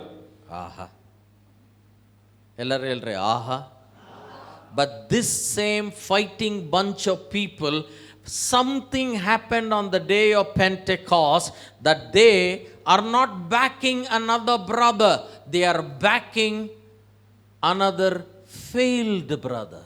ಮತ್ತು ಇಂಥ ಒಂದು ಅವರ ಮಧ್ಯದಲ್ಲಿ ಕಚ್ಚಾಡುವಂಥ ಸಹೋದರರು ಆ ಪಂಚಾಶತಮ ದಿನ ಬರಷ್ಟೊತ್ತಿಗೆ ಏನೋ ಆಯ್ತು ಅವರ ಜೀವಿತದಲ್ಲಿ, ಅವರು ಯಾವುದೋ ಒಬ್ಬ ಸಹೋದರನನ್ನು ಬೆಂಬಲಿಸ್ತಾ ಇಲ್ಲ, ಆದರೆ ಅವರು ಸೋತ್ ಹೋದಂಥ ಸಹೋದರನಿಗೆ ಬೆಂಬಲವಾಗಿದ್ದಾರೆ. Are you serious about fulfilling the cause of Christ? ಇವತ್ತು ನಾನು ಕೇಳಲಿಕ್ಕೆ ಇಷ್ಟಪಡ್ತೇನೆ, ನಿಜವಾಗಲೂ ಕ್ರಿಸ್ತನ ಕಾರಣವನ್ನು ಪೂರೈಸಲಿಕ್ಕೆ ನೀವು ಗಂಭೀರವಾದ ಸಮರ್ಪಣೆ ಇದೆಯೋ? I challenge you. ನಾನು ನಿಮ್ಮನ್ನು ಇವತ್ತು ಸವಾಲುಗೊಳಿಸ್ತೇನೆ. You need the revelation of grace enough personally to rise above. It could be as simple as sleeping in the prayer or in the church to a point where even an attempt to murder or beyond that could have happened. But you should believe that God of salvation is the God of restoration for you. ಆದರೆ ನಿಮ್ಮ ಸೋಲುಗಳು ಮಟ್ಟಗಳು ಬೇರೆ ಬೇರೆ ಇರಬಹುದು. ಒಂದು ಸರಳ ಸೋಲಾಗಿರಬಹುದು, ಪ್ರಾರ್ಥನೆಯಲ್ಲಿ ಮಲಗುವಂಥದ್ದು, ಅಥವಾ ದೊಡ್ಡ ಸೋಲಾಗಿರಬಹುದು. ಆದರೆ ಇದರ ಮಧ್ಯದಲ್ಲಿ ನಿಮ್ಮ ರಕ್ಷಕನಾದಂಥ ದೇವರು ನಿಮ್ಮ ಪುನಃಸ್ಥಾಪಕನು ಎನ್ನುವಂಥದ್ದು ನೀವು ನಂಬಬೇಕಾಗಿದೆ. Amen. Amen. Hallelujah. Hallelujah. You cannot be like Samson. ನೀವು ಸಂಸೋನನಂತೆ ಇರ್ಲಿಕ್ಕೆ ಆಗೋದಿಲ್ಲ. He failed. ಆತನು ಸೋತ. He did not have the courage to believe that God will restore him back. ಆದರೆ ದೇವರು ತನ್ನನ್ನು ಪುನಃಸ್ಥಾಪನೆ ಮಾಡ್ತಾನೆ ಅಂತ ನಂಬುವಂತ ಧೈರ್ಯ ಅವನಿಗಿರಲಿಲ್ಲ. He said, give me the strength back, oh God. ಆತನು ಹೇಳ್ದ, ಸ್ವಾಮಿ ನನಗೆ ಧೈರ್ಯ, ನನಗೆ ಬಲವನ್ನು ಕೊಡು ನೀನು. God gave it back. ದೇವರು ಕೊಟ್ಟರು. But he said, I want to die. ಆದ್ರೆ ಆತನು ಹೇಳ್ದ, ನಾನು ಸಾಯ್ಲಿಕ್ಕೆ ಇಷ್ಟಪಡ್ತೇನೆ. Peter did not commit suicide like Samson or not suicide, died in battle, or like Judas. Peter had the courage to stand up above his failure. ಮತ್ತು ಪೇತ್ರನು ಆ ಯೂದನಂತೆ ಆತ್ಮಹತ್ಯೆ ಮಾಡಿಕೊಳ್ಳುವುದು ಅಥವಾ ಸಂಸೋನನಂತೆ ಯುದ್ಧದಲ್ಲಿ ಸಾಯುವಂತ ರೀತಿಯಲ್ಲಿ ಇರಲಿಲ್ಲ. ಆದರೆ ಅವನಿಗೆ ಧೈರ್ಯವಿತ್ತು ಅಲ್ಲಿ ಆ ಸೋಲಿನ ಮಧ್ಯದಲ್ಲಿ ಎದ್ದು ನಿಂತುಕೊಳ್ಳುವುದಕ್ಕೆ. However small your failure, however big your failure could be, it is not bigger than the love of God that forgives you and restores you. ಮತ್ತು ನಿನ್ನ ಸೋಲು ಎಷ್ಟೇ ಚಿಕ್ಕದಾಗಿರಲಿ, ನಿನ್ನ ಸೋಲು ಎಷ್ಟೇ ದೊಡ್ಡದಾಗಿರಲಿ, ಆದರೆ ಕ್ರಿಸ್ತನ ಪ್ರೀತಿ, ನಿನ್ನನ್ನು ಪ್ರೀತಿಸುವಂತ ಮತ್ತು ನಿನ್ನನ್ನು ಪುನಃಸ್ಥಾಪನೆ ಮಾಡುವಂತ ಕ್ರಿಸ್ತನ ಪ್ರೀತಿಗಿಂತ ಆ ಸೋಲು ದೊಡ್ಡದಲ್ಲ. Amen. But on the second side, ಆದರೆ ಇನ್ನೊಂದು ಭಾಗದಲ್ಲಿ you need to develop that character to stand with your brother. ಮತ್ತೆ ನಿನ್ನ ಸಹೋದರನ ಜೊತೆಯಲ್ಲಿ ನಿಂತುಕೊಳ್ಳುವುದಕ್ಕಾಗಿ ನೀನು ಆ ಒಂದು ಗುಣಮಟ್ಟವನ್ನು ಬೆಳೆಸಿಕೊಳ್ಳಬೇಕು. I know your brother is not perfect. ನನಗೆ ಗೊತ್ತು ನಿಮ್ಮ ಸಹೋದರನು ಪರಿಪೂರ್ಣನಲ್ಲ. I know you are holier than your brother as always. ಮತ್ತು ನನಗೆ ಗೊತ್ತು ನೀನು ನಿನ್ನ ಸಹೋದರನಿಗಿಂತ ಹೆಚ್ಚು ಪರಿಶುದ್ಧನು ಯಾವಾಗಲೂ. I know you are perfect than everybody else. ಆದ್ರೆ ನನಗೆ ಗೊತ್ತು ನೀನು ಬೇರೆ ಎಲ್ಲವರಿಗಿಂತ ನೀನು ಪರಿಪೂರ್ಣನೆಂಬುದಾಗಿ. I know you have not drowned. ನನಗೆ ಗೊತ್ತು ನೀನು ಮುಳುಗಲಿಲ್ಲ ಎಂಬುದಾಗಿ. I know you have not slept. ನನಗೆ ಗೊತ್ತು ನೀನು ಮಲಗಲಿಲ್ಲ ಎಂಬುದಾಗಿ. I know you have not attempted murder. ಮತ್ತು ನನಗೆ ಗೊತ್ತು ನೀನು ಕೊಲೆ ಮಾಡ್ಲಿಕ್ಕೆ ಪ್ರಯತ್ನ ಮಾಡಲಿಲ್ಲ ಎಂಬುದಾಗಿ. You are the perfect.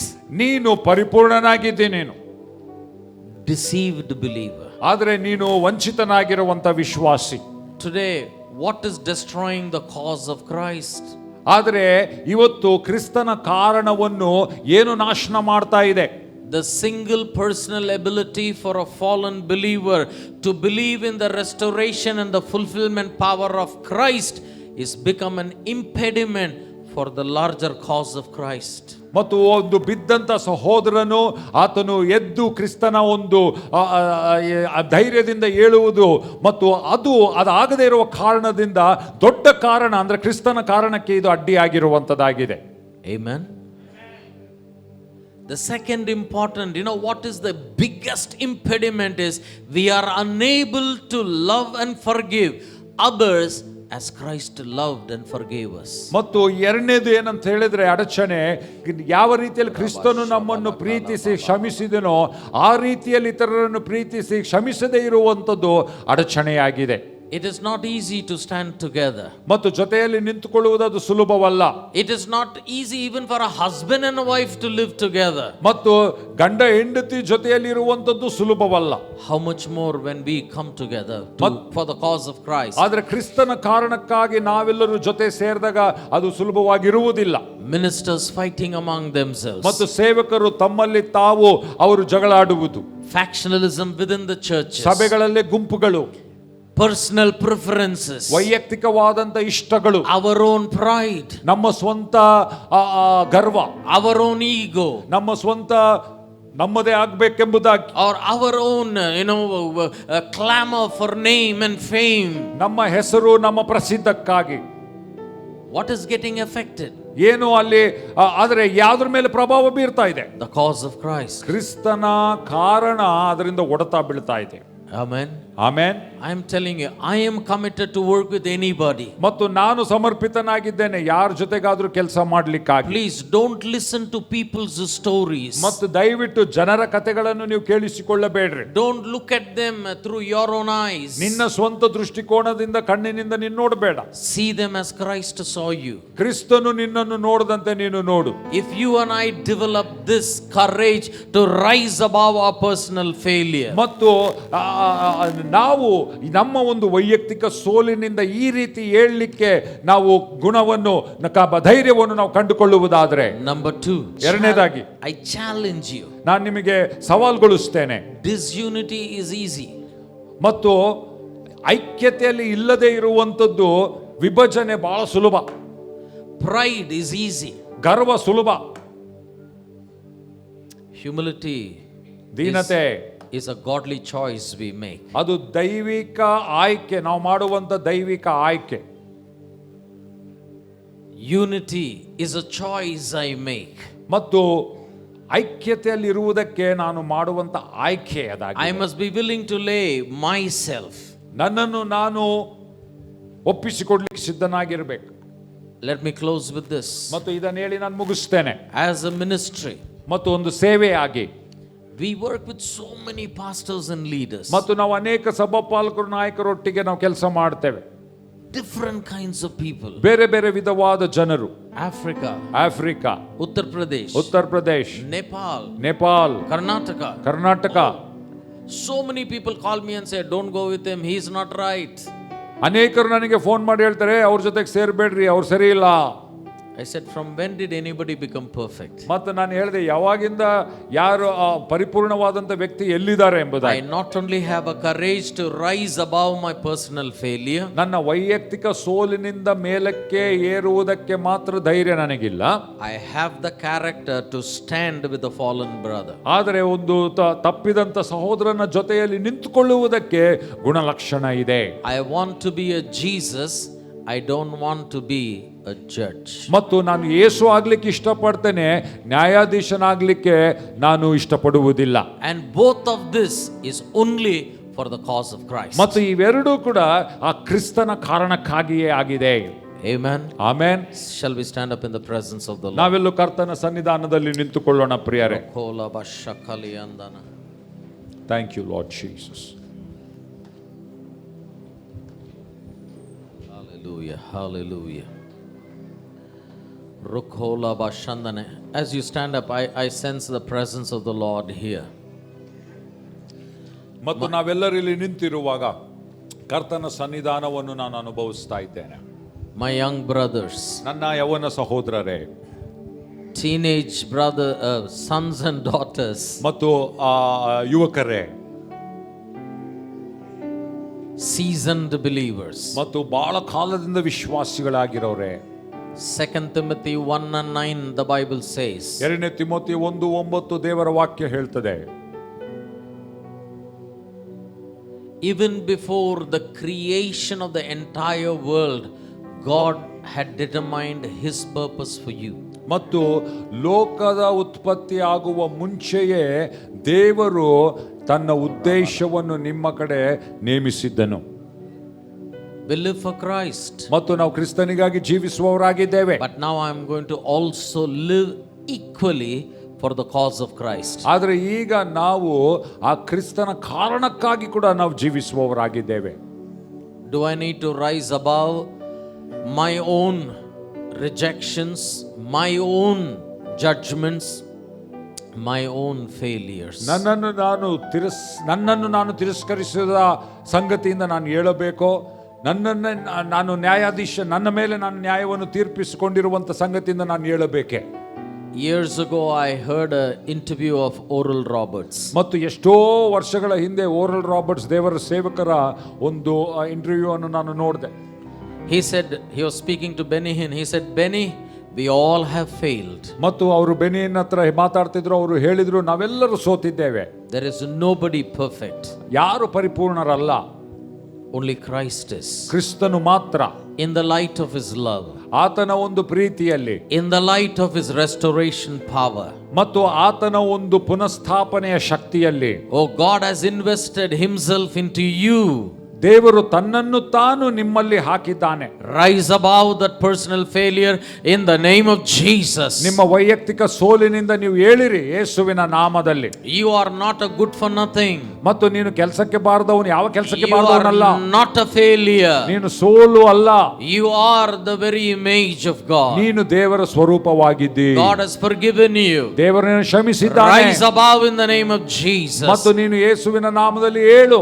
And number 2, ಎರಡನೇದು, if there is some Peter standing there ಮತ್ತು ಅಲ್ಲಿ ಯಾವುದೋ ಒಬ್ಬ ಪೇತ್ರನು ಒಂದು ವೇಳೆ ಸೋಲಿನ ವ್ಯಕ್ತಿ ಇರುವುದಾದ್ರೆ, and you know his failures inside out, ಮತ್ತು ಅವನ ಸೋಲು ನಿನಗೆ ಗೊತ್ತಿದ್ದರೆ ಒಳಗೆ ಹೊರಗೆ, but yet has God forgave and restored you, ಆದರೆ ಯಾವ ರೀತಿಯಲ್ಲಿ ದೇವರು ನಿನ್ನನ್ನು ಕ್ಷಮಿಸಿ ಪುನಃಸ್ಥಾಪನೆ ಮಾಡಿದನೋ, you got to stand with the Peter. ಮತ್ತು ನೀನು ಆ ಪೇತ್ರನೊಂದಿಗೆ ನಿಂತುಕೊಳ್ಳಬೇಕು. Today there is a healing that is going to come. ಮತ್ತು ಇವತ್ತು ಅಲ್ಲಿ ಒಂದು ಸ್ವಸ್ಥತೆ ಬರುವಂತದ್ದಾಗಿದೆ. If these two things happen, there is an acceleration that will come into the cause of Christ. ಮತ್ತು ಒಂದು ವೇಳೆ ಇವೆರಡು ಬರುವುದಾದರೆ ಅಲ್ಲಿ ಕ್ರಿಸ್ತನ ಕಾರಣಕ್ಕಾಗಿ ವೇಗ ಬರುವಂತದ್ದಾಗಿದೆ.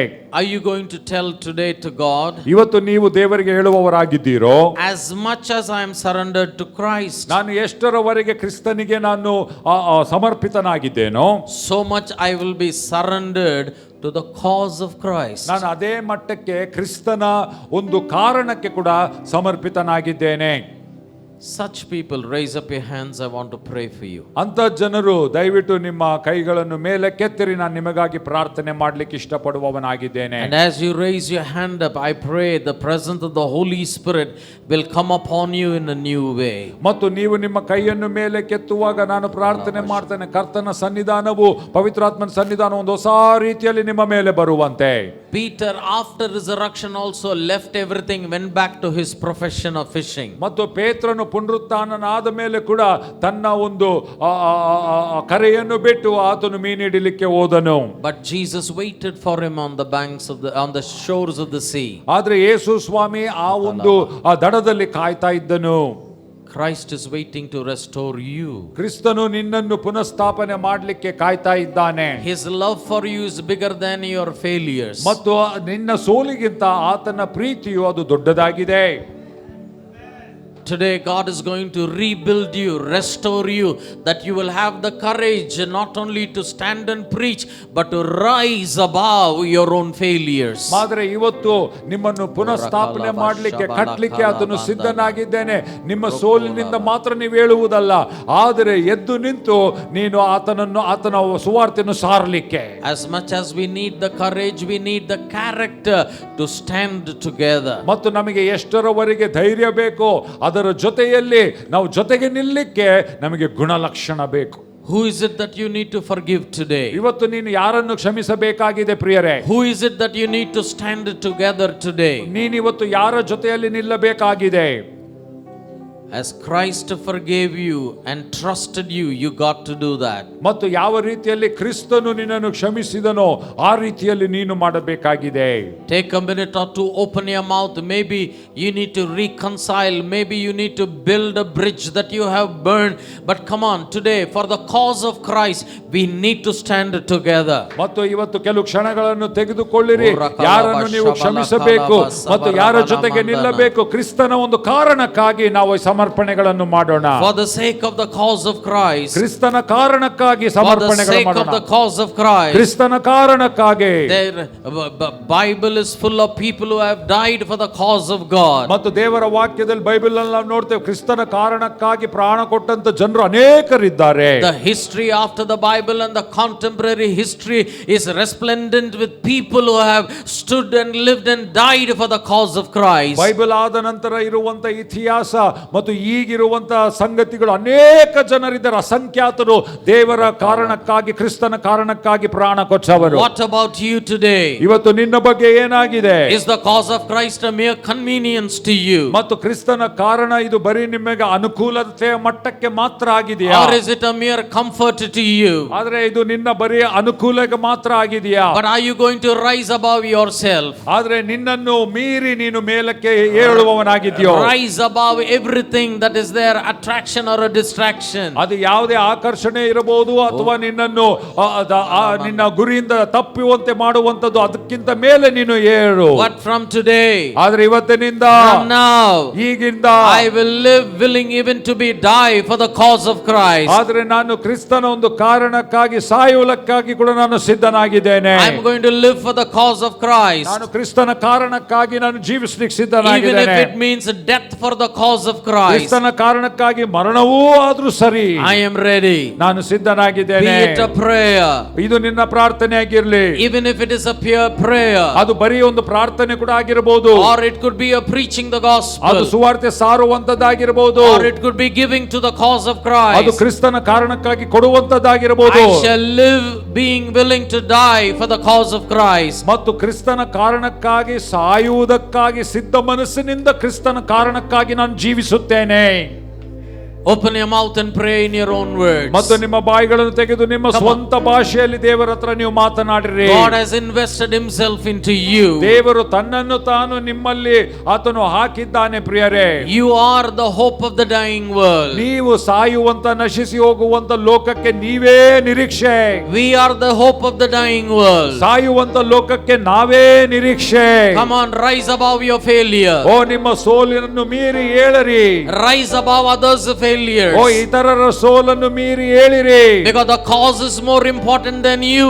ಯಾಕಂದ್ರೆ ನಿನಗಿಂತ ಹೆಚ್ಚು ಆ ಕಾರಣ ಪ್ರಾಮುಖ್ಯವಾಗಿದೆ. The cause is more important than our personal preferences. ನಮ್ಮ ವೈಯಕ್ತಿಕ ಇಷ್ಟಗಳಿಗಿಂತ ಆ ಕ್ರಿಸ್ತನ ಕಾರಣ ಪ್ರಮುಖವಾಗಿದೆ.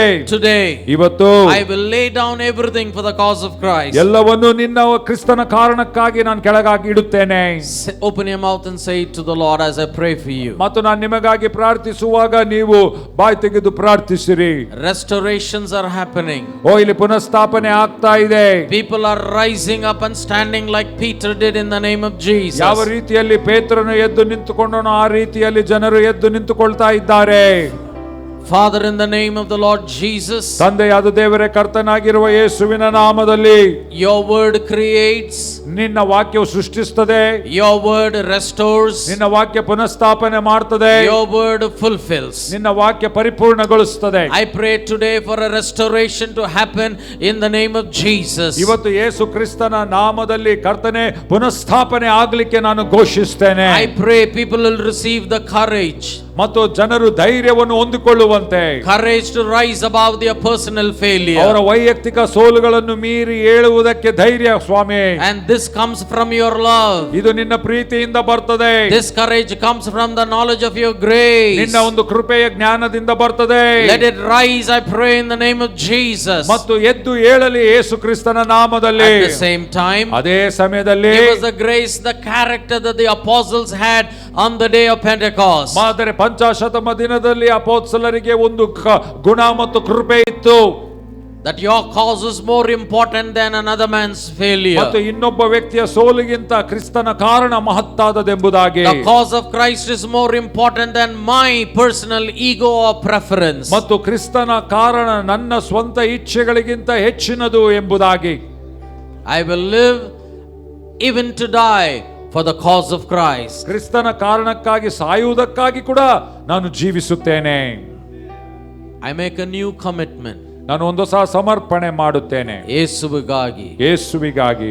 For the cause of Christ. ಕ್ರಿಸ್ತನ ಕಾರಣಕ್ಕಾಗಿ. We thank you, Lord. ನಿನಗೆ ವಂದನೆ ಯೇಸುವೆ.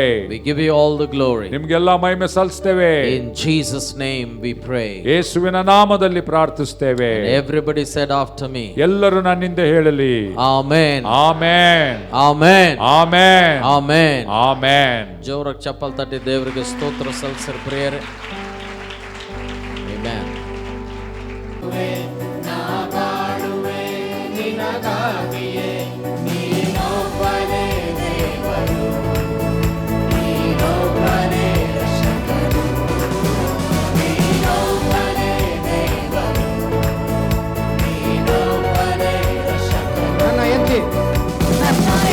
ಎತ್ತಿ ನಿಲ್ಲಿಸಿದೆ ಸರ್ವಶಕ್ತನಿಗೆ ನನ್ನ ಧೂಳಿನಿಂದ ಎತ್ತಿದೆ ಸಮಾಧಾನ ಕರ್ತನಿಗೆ ನನ್ನ ಎತ್ತಿ ನಿಲ್ಲಿಸಿದೆ ಸರ್ವಶಕ್ತನಿಗೆ ನನ್ನ ಧೂಳಿನಿಂದ ಎತ್ತಿದೆ ಸಮಾಧಾನ ಕರ್ತನಿಗೆ.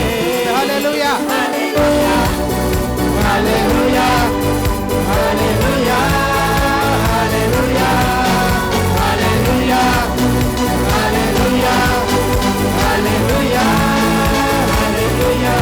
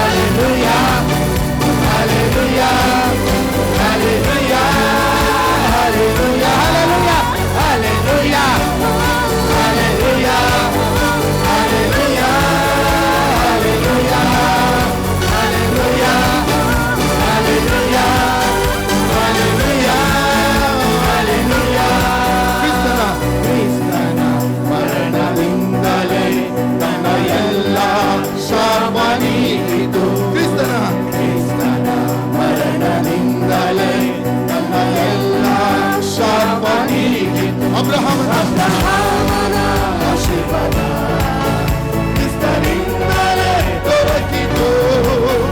ಅಬ್ರಹಾಮನ ಆಶೀರ್ವಾದ ಕ್ರಿಸ್ತನಿಂದಲೇ ದೊರಕಿತು. ನನ್ನ ವ್ಯಕ್ತಿಯತೆ ನಿಲ್ಲಿಸಿದೆ, ಓ ಸರ್ವಶಕ್ತನಿದೆ. ನನ್ನ ಧೂಳಿನಿಂದ ಎತ್ತಿದೆ, ಓ ಸಮಾಧಾನ ಕರ್ತನಿದೆ. ನನ್ನ ವ್ಯಕ್ತಿಯತೆ ನಿಲ್ಲಿಸಿದೆ, ಸರ್ವಶಕ್ತನಿದೆ. ನನ್ನ ಧೂಳಿನಿಂದ ಎತ್ತಿದೆ, ಸಮಾಧಾನ ಕರ್ತನಿದೆ.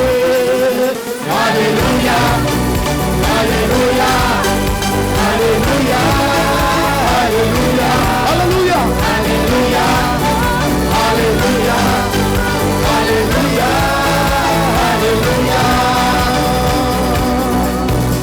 ಶಪಥ ಕ್ರಿಸ್ತನಿಂದ ಸಕಲವನ್ನು ಹೊಂದಿದ್ದೇವೆ.